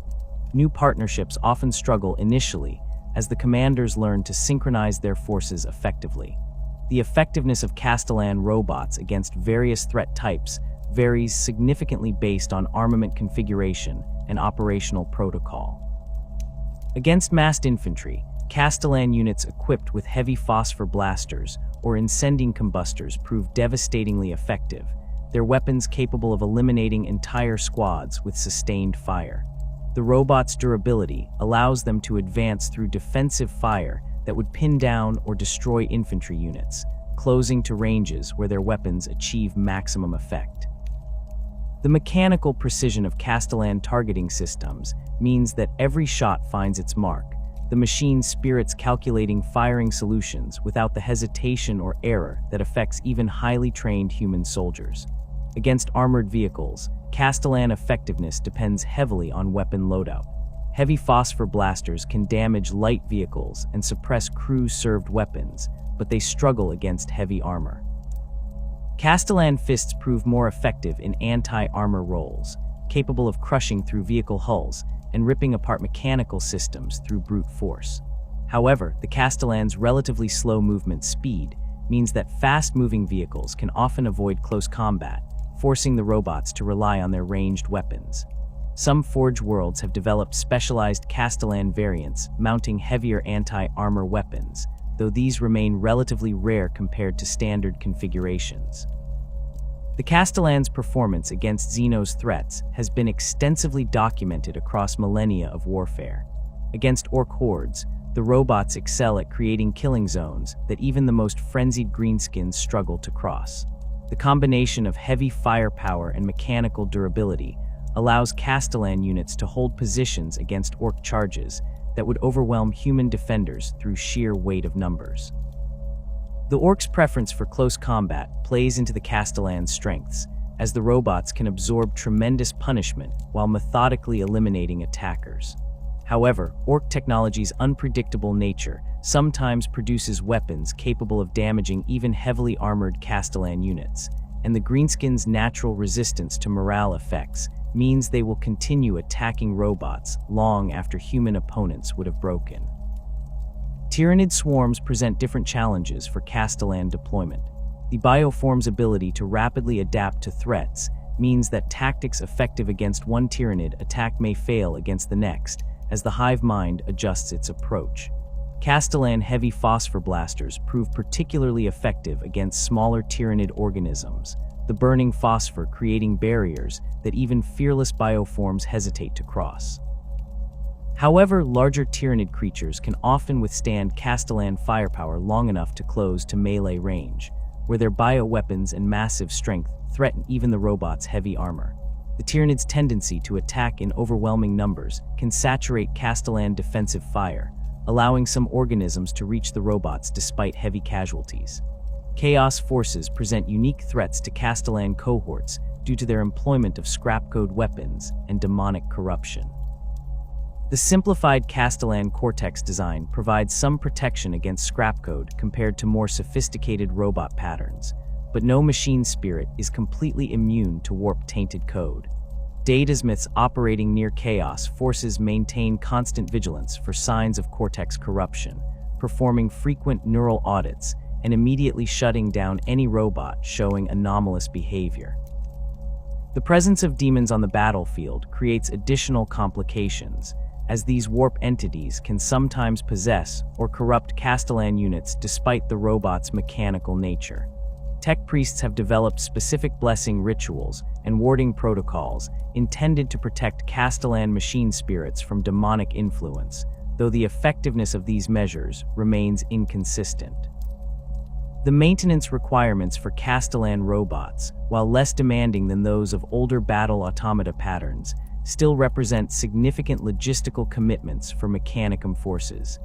Each robot requires daily inspection and basic servicing, with tech priests checking weapon systems, power distribution, and Cortex function.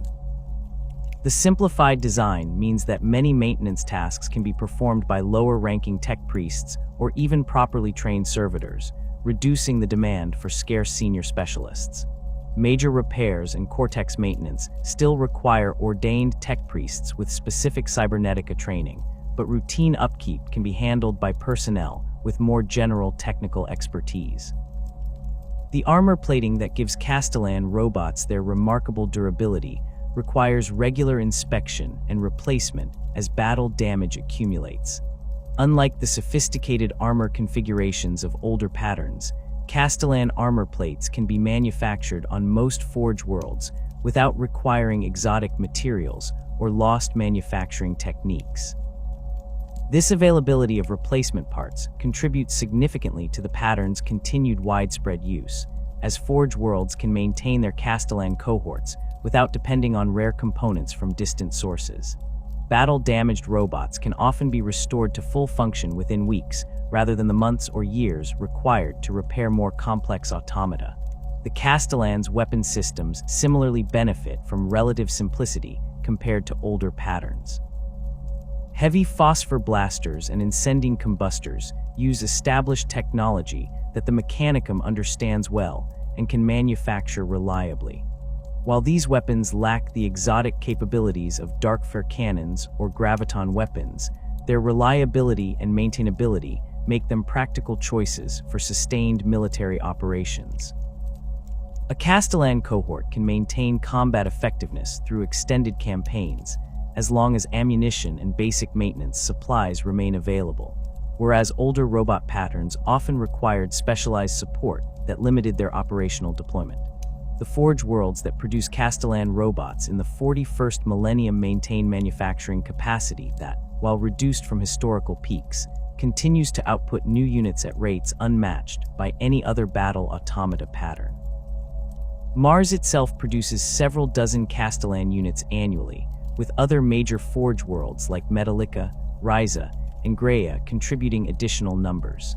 This production, modest though it seems compared to the vast output of Leman Russ tanks or other mass-produced Imperial weapons, represents the largest ongoing robot manufacturing program in the Imperium. The accumulated effect over centuries means that Kastelan cohorts serve across hundreds of Forge worlds and in countless Mechanica military operations.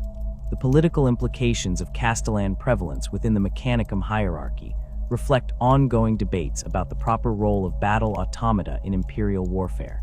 The pattern's success in maintaining operational effectiveness despite simplified design validates arguments that sophisticated machine spirits create unnecessary risks. Tech priests who advocate for conservative approaches to robotics point to the Kastelan as proof that effective combat automata can be built without approaching the dangerous complexity that led to the cybernetic revolt. The pattern's resistance to scrapcode corruption and its reliable service record support claims that simpler designs offer better security against the threats that plague more advanced robots. However, other factions within the Mechanicum view the Kastelan's limitations as unacceptable compromises that waste the potential of Battle-Automata technology. These tech priests argue that the pattern's inflexibility and dependence on constant datasmith intervention reduce its effectiveness compared to older designs that could operate more autonomously. They maintain that the Imperium needs robots capable of sophisticated tactical decision-making, not simple weapons platforms that require constant human oversight.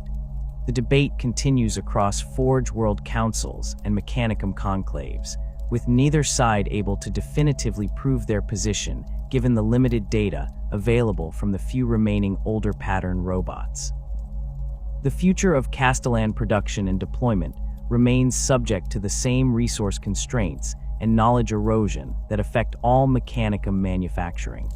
The Cortex crystal growth facilities that produce Kastelan machine spirits face the same material shortages and technical challenges as those producing crystals for other patterns.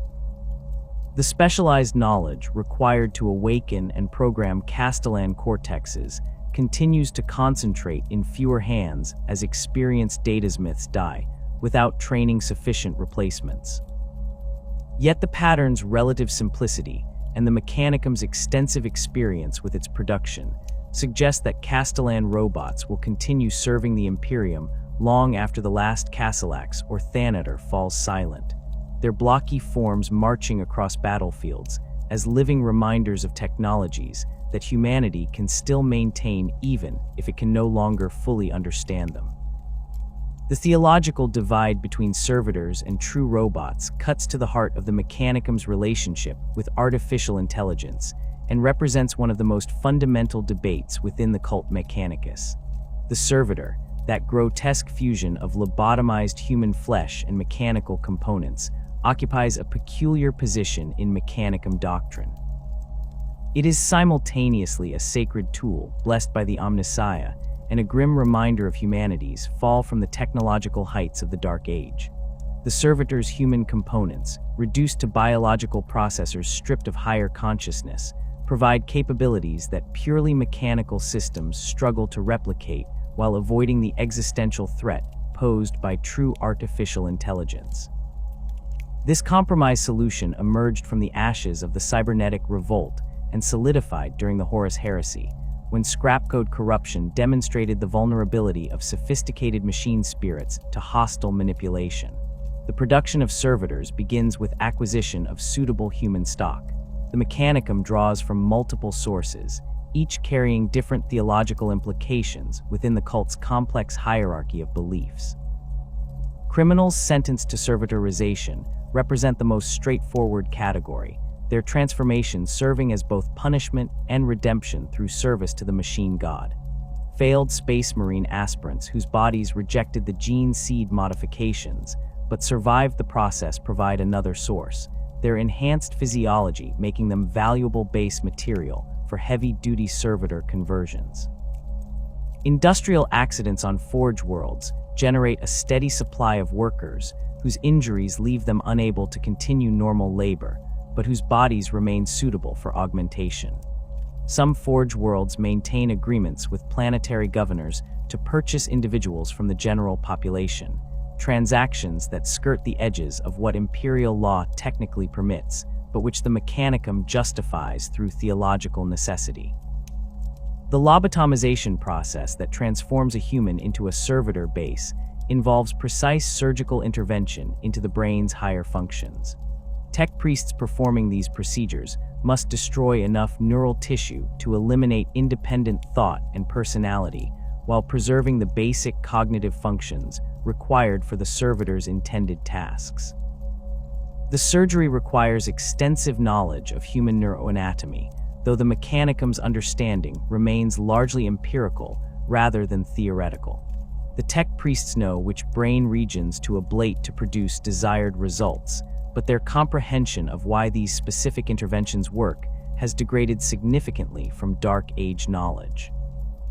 The procedures follow templates established through millennia of experimentation, with variations developed for different servitor types based on the complexity of tasks they will perform. Combat servitors receive less extensive lobotomization than their labor-focused counterparts, as they require retention of basic tactical awareness and threat recognition capabilities. The neural tissue controlling motor functions, visual processing, and threat response remains largely intact, while the regions governing personality, memory formation, and abstract reasoning are destroyed. The resulting servitor can identify enemies, track targets, and operate integrated weapons with mechanical precision, but it cannot question orders, feel fear, or develop preferences about how it executes its functions.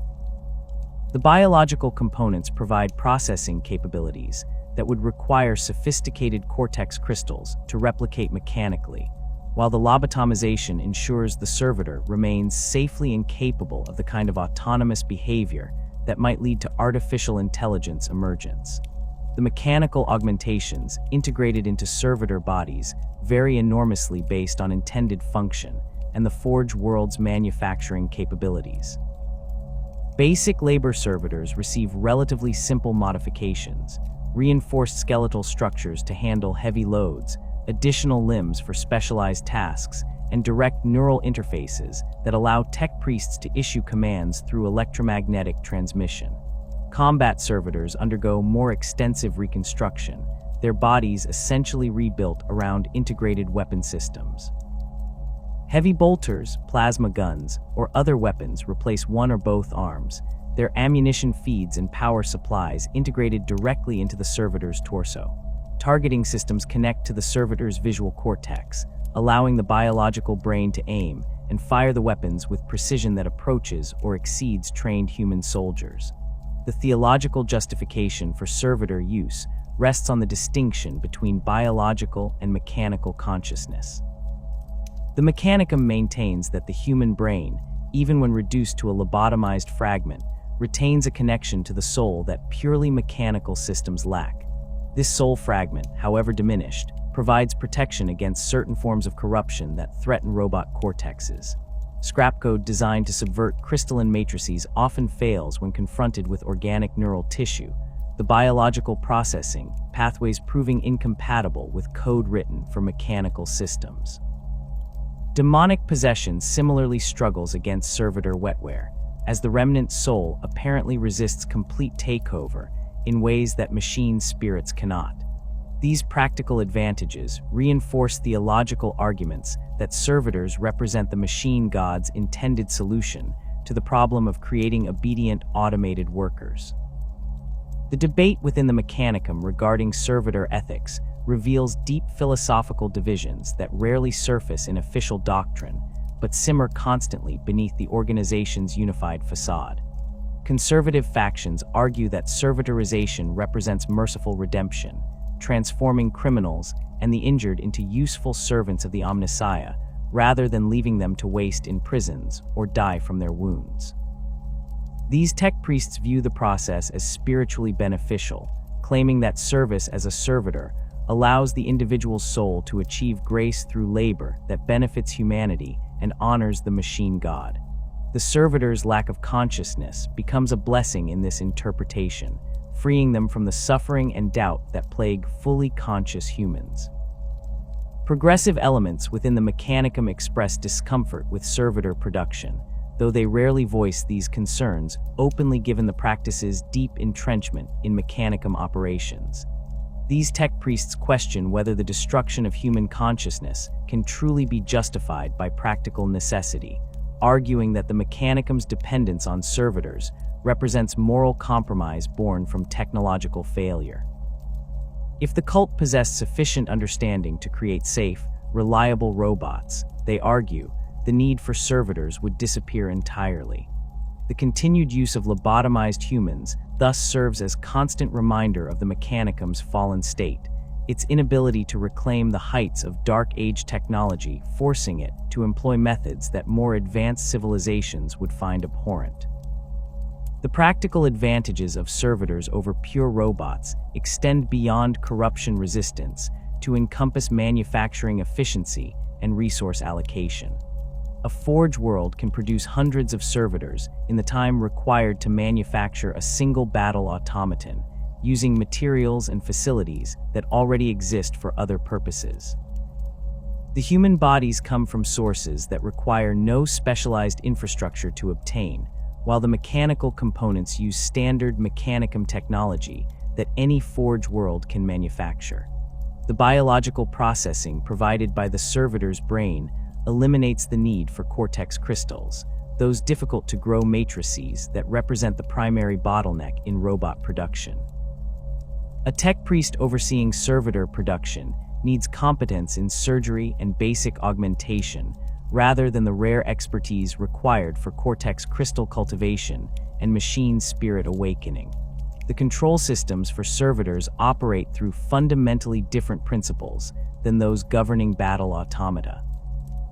Where a Datasmith uses a Cortex controller to transmit complex behavioral protocols to robot machine spirits, servitor handlers employ direct neural command systems that essentially hijack the servitor's motor functions. The handler's commands bypass what remains of the servitor's consciousness, triggering pre-programmed responses at the neurological level. This direct control provides immediate response to handler input, but limits the servitor's ability to operate autonomously. A servitor left without active commands typically enters a standby state, its reduced consciousness insufficient to generate independent action. This limitation makes servitors unsuitable for operations requiring extended autonomous function, but it also guarantees they cannot develop the kind of problematic behaviors that concern Mechanicum authorities when dealing with more sophisticated automata. The degradation patterns that affect servitors differ markedly from those observed in Battle-Automata, where robot cortexes suffer from crystalline fracturing and algorithm decay over centuries of operation. Servitors face biological deterioration that progresses far more rapidly. The lobotomization process damages the brain's self-repair mechanisms, leaving servitor neural tissue vulnerable to cumulative damage from normal operation. The mechanical augmentations create constant stress on biological systems, with immune responses attacking the foreign materials and causing chronic inflammation. Most servitors function effectively for only a few decades before degradation requires their decommissioning and replacement. Heavy combat servitors often last mere years, their bodies and remaining neural tissue breaking down under the stress of integrated weapon systems and battlefield trauma.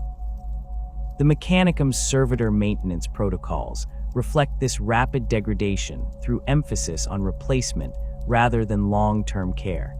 Tech priests monitor servitor performance for signs of declining function, but they invest minimal resources in extending individual servitor lifespans beyond their expected operational period. When a servitor begins showing signs of serious degradation, the standard response involves decommissioning the unit and installing its mechanical components into a fresh biological base. This approach treats servitors as fundamentally expendable resources, their human origins rendered irrelevant by the lobotomization that destroyed their personhood. The contrast with Battle-Automata maintenance, where ancient robots receive centuries of careful restoration and preservation, illustrates the different value systems applied to biological versus mechanical constructs. The remaining applications where true robots prove superior to servitor alternatives cluster around requirements for extended autonomous operation, extreme environmental conditions, or capabilities that biological components cannot provide. Deep void operations exemplify the first category, as servitors require life support systems and regular biological maintenance that robots can operate indefinitely without. A battle automaton can stand guard in hard vacuum for centuries, its systems requiring only occasional power cell replacement and mechanical servicing. A servitor in the same environment needs constant atmospheric supply, temperature regulation, and eventual replacement as its biological components fail. The logistical burden of supporting servitor operations in void environments often exceeds the cost of deploying more expensive but self-sufficient robots. Extreme radiation environments similarly favor robot deployment over servitors. While servitor handlers can shield biological components with lead plating and rad-resistant materials, the fundamental vulnerability of organic tissue to radiation damage limits servitor effectiveness in highly radioactive zones. Battle automata constructed with radiation-hardened components can operate in environments that would kill servitors within hours or days, making them essential for operations in reactor cores, certain types of industrial facilities, or battlefields contaminated by rad weapons. The Mechanicum maintains specialized robot cohorts specifically for deployment in these extreme environments, accepting the higher cost and maintenance requirements because servitors simply cannot survive long enough to justify their use. Certain military applications require capabilities that servitor augmentation cannot provide within acceptable size and weight constraints. The graviton weapons mounted on Thanatar-class battle automata demand power generation and structural reinforcement that would be impossible to integrate into a human-based chassis. The plasma mortars carried by Thanatar siege automata require reactor cores far too large and dangerous to mount on servitor frames. While combat servitors can carry heavy weapons like bolters or plasma guns, they cannot match the firepower concentration that purpose-built battle automata achieve. The robot's entirely mechanical construction allows weapon integration and power distribution that would destroy biological components, creating performance advantages that justify robot deployment despite their higher cost and corruption vulnerability. The doctrinal position of the Cult Mechanicus on machine spirits and their manifestation in different artificial constructs attempts to rationalize these practical considerations within theological framework.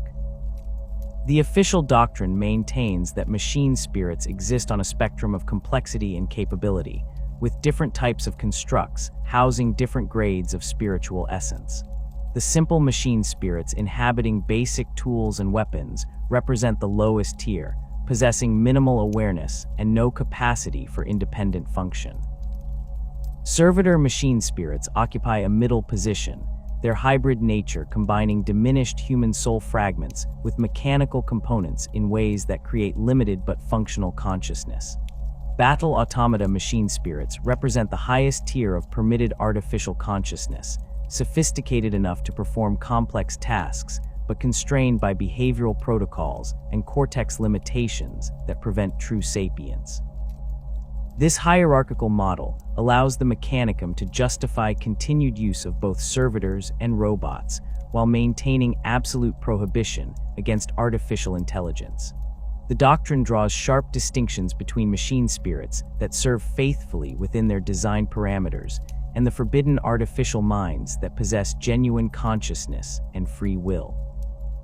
A Kastelan robot executing its behavioral protocols demonstrates proper machine spirit function, its actions predetermined by programming and incapable of true choice.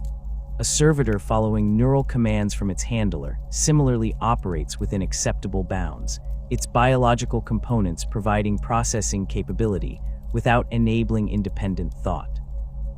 The Men of Iron represented the catastrophic failure case, artificial minds that achieved true consciousness and chose to rebel against their creators. The practical application of this doctrine requires constant vigilance and interpretation by tech priests who must evaluate whether specific constructs remain within acceptable parameters. A battle automaton that develops minor behavioral quirks through cortex degradation might be deemed acceptable or heretical, depending on the evaluating tech priest's theological leanings and risk tolerance.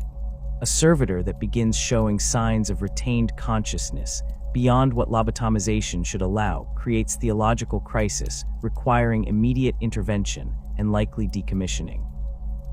The ambiguity inherent in distinguishing acceptable machine spirit behavior from dangerous autonomous development means that tech priests spend considerable time and effort monitoring their automated assets for signs of deviation. The scrap code vulnerability that proved so catastrophic during the Horus Heresy continues to influence Mechanicum doctrine on robot versus servitor deployment. The Dark Mechanicum's demonstration that warp-tainted code could subvert even heavily protected robot Cortexes' validated concerns about machine spirit corruption that conservative factions had raised for millennia. The relative resistance of servitor wetware to scrap code infection provided empirical support for arguments favoring biological components over purely mechanical systems. These practical considerations reinforced theological positions that had always viewed servitors as spiritually superior to robots, creating doctrinal momentum toward increased servitor use that continues in the 41st millennium. The resource allocation debates within Forge world hierarchies reflect these competing priorities and theological positions. Tech priests advocating for expanded robot production argue that battle-automata provide military capabilities that servitor forces cannot match, pointing to combat records demonstrating robot effectiveness against threats that would overwhelm servitor units. They emphasize the propaganda value of deploying impressive mechanical warriors that inspire awe in allies and terror in enemies, advantages that shambling servitor cyborgs cannot replicate. The robot advocates also invoke historical precedent, arguing that the Legio Cybernetica served the Imperium faithfully for millennia, and that abandoning this heritage represents surrender to fear rather than rational risk management. The servitor advocates counter with arguments emphasizing practical sustainability and theological safety. They note that servitor production can scale to meet demand in ways that robot manufacture cannot, given the bottlenecks in Cortex crystal growth and specialized component fabrication. The lower cost per unit allows Forge worlds to field larger automated forces, compensating for individual servitor inferiority through numerical superiority. Most importantly, they argue that servitors' resistance to corruption makes them more reliable in the long term, as the Mechanicum cannot guarantee protection against scrap code weapons that grow more sophisticated with each passing century. Better to deploy forces that might be individually weaker but collectively more trustworthy than risk another catastrophic robot rebellion. The compromise positions that emerge from these debates typically involve maintaining limited robot production for specialized applications while expanding servitor forces for general use. Forge worlds preserve their battle-automata cohorts as elite assets deployed only when their unique capabilities prove necessary, while servitor armies handle routine military operations and labor requirements. This approach allows the Mechanicum to retain robot technology and expertise while minimizing the risks that concern conservative factions. The practical effect has been steady decline in robot numbers and capability as servitors increasingly dominate Mechanicum military and industrial operations. The future trajectory of this balance remains subject to the same forces driving all Mechanicum technological development: knowledge erosion, resource scarcity, and theological conservatism. As the expertise required to manufacture and maintain battle-automata concentrates in fewer hands and critical materials become scarcer, robot production will likely continue declining regardless of doctrinal debates. Servitor technology, requiring only knowledge and materials that the Mechanicum possesses in relative abundance, will expand to fill roles previously handled by more sophisticated automata. The theological arguments will adapt to justify this shift, with tech priests developing doctrines that frame servitor dominance as return to proper balance between biological and mechanical elements rather than admission of technological regression. The archives of the Mechanicum contain tantalizing references to battle-automata patterns that no longer exist in functional form, their designs preserved only in fragmentary data cores and archaeological discoveries scattered across the galaxy. These lost patterns represent capabilities that the Imperium desperately needs but cannot recreate, their manufacturing knowledge destroyed during the Horus Heresy, or lost to the slow entropy that has consumed so much of humanity's technological heritage. The Colossus-class siege automata appears in records from the Great Crusade as a super-heavy robot mounting weapons that dwarfed even the Thanatar's plasma mortar. The few surviving images show a construct standing as tall as a knight, its chassis bristling with multiple heavy weapon systems and armor thick enough to withstand concentrated artillery fire. No complete Colossus has been discovered since the Heresy, though excavations on several Forge worlds have uncovered component fragments that hint at construction techniques far beyond current Mechanicum capability. The Arlatax-class battle-automata existed as a fast attack variant, records suggesting it moved on jump-capable leg assemblies that allowed it to traverse vertical surfaces and make powered leaps across the battlefield. The Arlatax apparently mounted lightning-based weapons and power blades, functioning as a mechanical equivalent of Space Marine assault troops. Tech priests have located partial schematics in corrupted data vaults on Mars, but critical sections dealing with the motive system construction and power distribution remain missing or damaged beyond recovery. Attempts to reconstruct the pattern from available information have failed repeatedly, with prototype units either unable to achieve stable flight or suffering catastrophic power system failures during testing.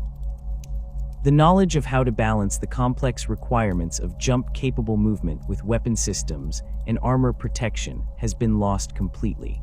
The Vorax Stratos automata represented another specialized pattern, designed for aerial operations with anti-gravitic flight systems that allowed sustained atmospheric combat. These robots apparently served as hunter-killers and reconnaissance units, their aerial mobility making them ideal for rapid response and target elimination across extended battlefields. The few intact Vorax discovered in recent millennia lack functional anti-gravitic systems, the technology required to maintain sustained flight having degraded beyond repair. Tech priests examining these relics can identify the flight system components, but cannot determine how they functioned or what power requirements they demanded. The principles underlying Dark Age anti-gravitic technology remain among the most frustrating mysteries facing the Mechanicum, with practical applications clearly demonstrated in recovered artifacts but theoretical understanding completely absent. The connection between these lost robot patterns and the Men of Iron represents one of the most dangerous areas of research within the Mechanicum, pursued only by tech priests willing to risk accusations of heresy in their quest for knowledge. The Men of Iron were not a single design, but rather a broad category encompassing countless artificial intelligence variants created during the Dark Age of technology. Some functioned as industrial workers, others as explorers or scientists, and many served military roles. The battle-automata patterns that survived into the Imperial era represent dumbed-down derivatives of Men of Iron technology, their machine spirits deliberately constrained to prevent the emergence of true consciousness. The lost patterns that the Mechanicum seeks to recover occupy an uncomfortable position in this technological lineage, sophisticated enough to provide capabilities beyond current robots, but potentially close enough to true artificial intelligence to pose existential risks. Archaeological expeditions to worlds that fell during the Cybernetic Revolt sometimes uncover intact or partially functional Men of Iron, discoveries that create immediate crisis within the Mechanicum hierarchy. These ancient machines typically remain dormant, their power systems depleted or their cortexes locked in stasis by safeguards installed before their deactivation. The temptation to study these relics, to extract knowledge that might restore lost capabilities, conflicts with absolute prohibition against artificial intelligence research. Most discoveries result in immediate destruction of the Men of Iron remains, their potential value deemed insufficient to justify the risks of examination. However, some artifacts disappear into the deepest vaults beneath Mars or other major Forge worlds, their existence known only to the highest ranks of the Mechanicum, and their fate subject to debates that never reach official records. The fragmentary data recovered from Men of Iron sites reveals capabilities that seem almost magical compared to current Imperial technology. Some Men of Iron apparently possess the ability to repair themselves autonomously, their bodies incorporating self-replicating nanomachines that could reconstruct damaged systems using available materials. Others demonstrated adaptive learning that allowed them to master new skills and knowledge without explicit programming, their artificial minds processing information and forming conclusions through processes that mimicked or exceeded human cognition. The weapon systems mounted on military variants included directed energy weapons of types that current Mechanicum science cannot explain, devices that manipulated fundamental forces in ways that surviving technical documentation describes but cannot adequately explain. The Dark Mechanicum's experiments with demon-possessed robots represent perhaps the most horrifying evolution of Battle-Automata technology, combining the forbidden artificial intelligence research that led to the cybernetic revolt with the warp corruption that defines chaos. These abominations begin as standard Battle-Automata, typically Castellax or Kastelan patterns captured from loyalist forces or manufactured in traitor forges. Dark Mechanicum tech priests then expose the robot cortexes to warp energies while simultaneously loosening or removing the behavioral constraints that prevent autonomous operation. The process creates hybrid entities that possess both mechanical and demonic characteristics, their machine spirits twisted into something that can no longer be classified as either artificial intelligence or pure demon. The possessed robots exhibit capabilities that should be physically impossible for their chassis designs. Castellax units have been observed moving through solid walls, their forms flickering between material and immaterial states as demonic energies phase them partially into the warp. The weapons they carry fire ammunition that defies conventional physics, bolts that burn with warp fire, or shells that contain bound lesser demons released upon impact. The machine spirits animating these corrupted automata display genuine malevolence and creativity, characteristics that normal robot cortexes cannot generate. They taunt their opponents through Vox speakers, their mechanical voices layered with demonic whispers that drive listeners to madness. They coordinate attacks with intelligence that exceeds their original programming, adapting tactics based on enemy responses in ways that suggest true consciousness. The process of creating demon-possessed robots remains poorly understood by loyalist tech priests, most of their knowledge coming from battlefield observations and interrogation of captured traitor servitors. The Dark Mechanicum apparently performs rituals that blend Mechanicum religious practices with chaos worship, reciting corrupted versions of standard litanies while exposing robot cortexes to warp taint. The rituals require sacrifice of sentient beings, their deaths creating the psychic resonance necessary to attract demonic attention. The demon that manifests does not simply possess the robot in the manner it might inhabit a human body, but instead fuses with the machine spirit, creating a hybrid consciousness that partakes of both mechanical and immaterial natures. The resulting entity proves far more dangerous than either component would be separately, combining demonic malevolence with mechanical durability and firepower. The Loyalist Mechanicum's response to demon-possessed robots involves both military countermeasures and theological condemnation. Combat doctrine emphasizes the use of blessed weapons and ammunition sanctified through proper rituals, as conventional arms often prove ineffective against targets that can phase between reality and the warp. Tech priests accompanying military forces carry specialized equipment designed to disrupt the connection between demon and machine spirit, devices that project counter frequencies intended to destabilize the hybrid consciousness. The effectiveness of these countermeasures varies considerably, with some possessed robots proving vulnerable to disruption, while others resist all attempts at separation. The unpredictability reflects the fundamental chaos inherent in warp-based technology, where outcomes depend as much on immaterial factors as physical principles.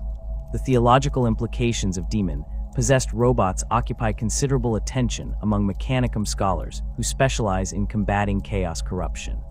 These tech priests debate whether the possessed robot retains any aspect of its original machine spirit, or whether the demon completely overwrites the mechanical consciousness. The question matters for determining appropriate responses and understanding the nature of machine spirit vulnerability to warp taint.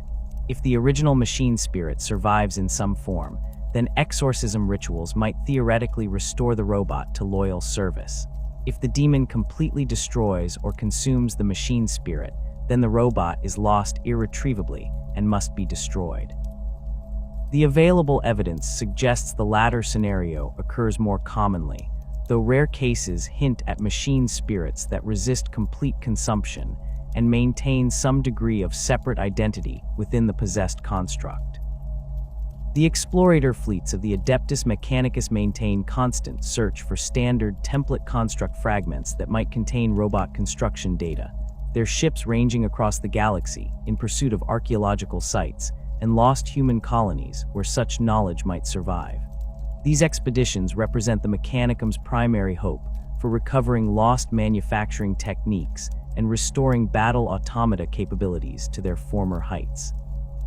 The explorators follow fragmentary records and rumored discoveries, investigating worlds that fell during the Age of Strife or were abandoned during the Cybernetic Revolt. Most expeditions find nothing of value, their target sites having been thoroughly looted by previous explorers or destroyed by time and hostile environments.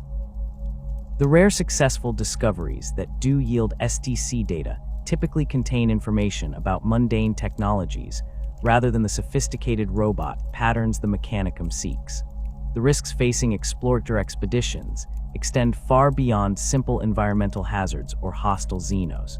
Many sites that might contain valuable STC data lie within regions of space controlled by enemies of the Imperium or afflicted by warp storms that make travel impossible.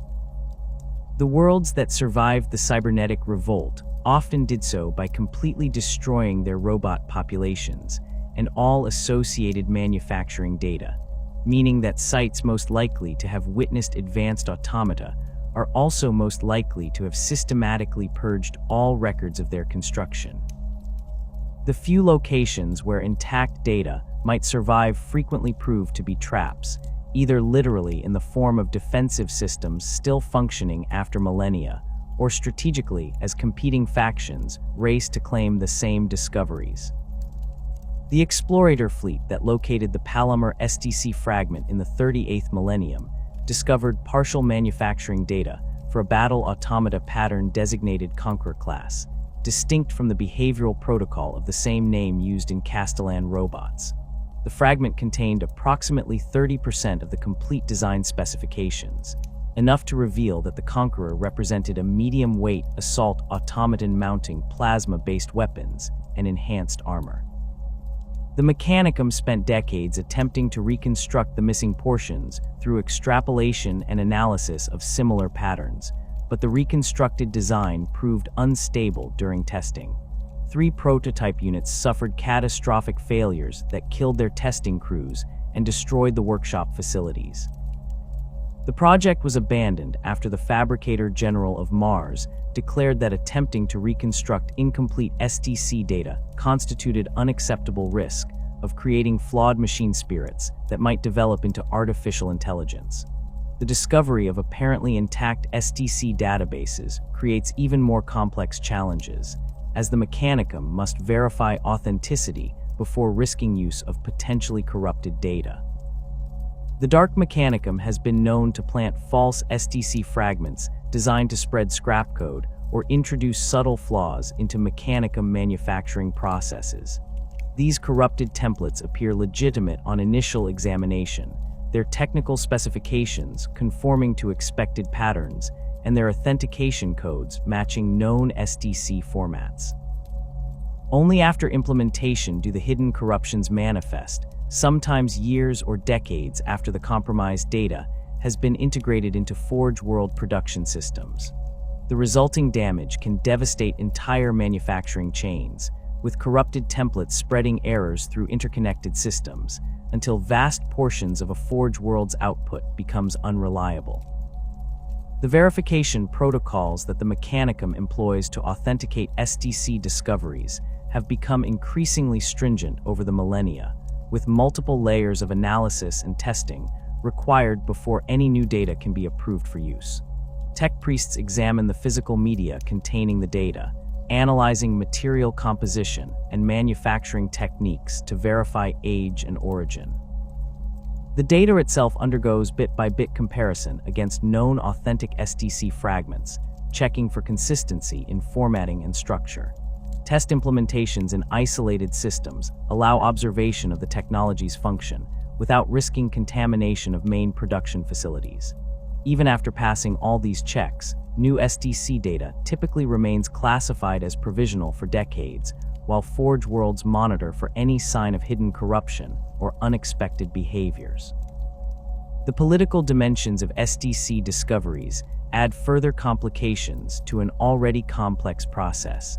Forge Worlds compete intensely for prestige and influence within the Mechanicum hierarchy, with control of unique manufacturing knowledge serving as primary source of power. An explorator fleet that discovers valuable SDC data faces immediate pressure to share their findings with Mars and the broader Mechanicum, while simultaneously facing incentives to hoard the knowledge for their parent Forge World's exclusive use. The official doctrine demands that all SDC discoveries be transmitted to Mars for authentication and dissemination, but practical reality sees many finds disappearing into private archives, where they benefit only the discovering Forge World. The Fabricator General lacks enforcement mechanisms to compel compliance, as the vast distances involved and the Mechanicum's decentralized structure make it impossible to monitor all explorator activities. The few complete or near-complete robot construction templates recovered in recent millennia have transformed the Forge Worlds that obtained them into major centers of Cybernetica production. The discovery of the Kastelan SDC fragment on Metallica during the 35th millennium allowed that Forge World to establish dominance in Battle-Automata manufacturing that it maintains into the 41st millennium. Other Forge Worlds attempted to obtain copies of the Kastelan data through negotiation or espionage, with mixed success. Metallica shared basic manufacturing specifications with allied Forge Worlds, but retained critical details that ensured their robots remained superior to those produced elsewhere. This pattern repeats across the Mechanicum, with Forge Worlds treating SDC knowledge as strategic assets to be leveraged for maximum advantage rather than freely shared for the common good. The dream that drives explorator fleets across the galaxy involves discovering a complete, intact SDC database containing comprehensive robot construction data, including the lost patterns, and possibly even safe implementations of more sophisticated machine spirit designs. Such a discovery would revolutionize the Mechanicum's military capabilities and potentially restore some of the technological glory lost since the Dark Age. The probability of such a find approaches zero, as complete SDC databases were rare even during the Age of Technology, and the intervening millennia have destroyed or corrupted virtually all surviving examples. Yet the explorators continue their search, driven by faith that the machine god will eventually reward their devotion with the knowledge humanity needs to survive the darkness of the 41st millennium. The tension between the desperate need for improved technology and the absolute prohibition against artificial intelligence research creates a fundamental contradiction at the heart of Mechanicum robot development. Every attempt to enhance Battle-Automata capabilities risks crossing the line into forbidden territory, while maintaining current limitations ensures continued technological stagnation.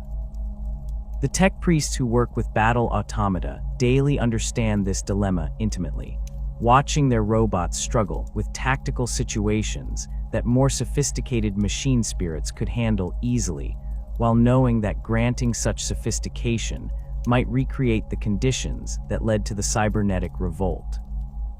The compromise solutions that emerge from this tension satisfy neither the need for capability nor the requirement for safety, producing robots that remain useful but fall far short of their theoretical potential.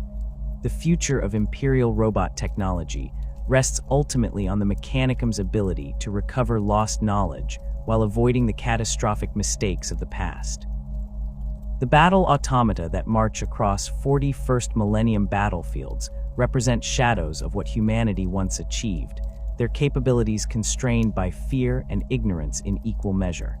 Yet they continue to serve, their machine spirits bound to eternal duty through rituals and constraints that ensure they will never rise against their creators. Whether this represents wisdom or cowardice, necessary caution or tragic waste, remains a question that the Mechanicum cannot answer and dare not ask too loudly. The robots stand as monuments to both humanity's greatest achievements and its most terrible failures, their metal forms carrying the weight of history that stretches back to ages when mankind reached heights it may never attain again.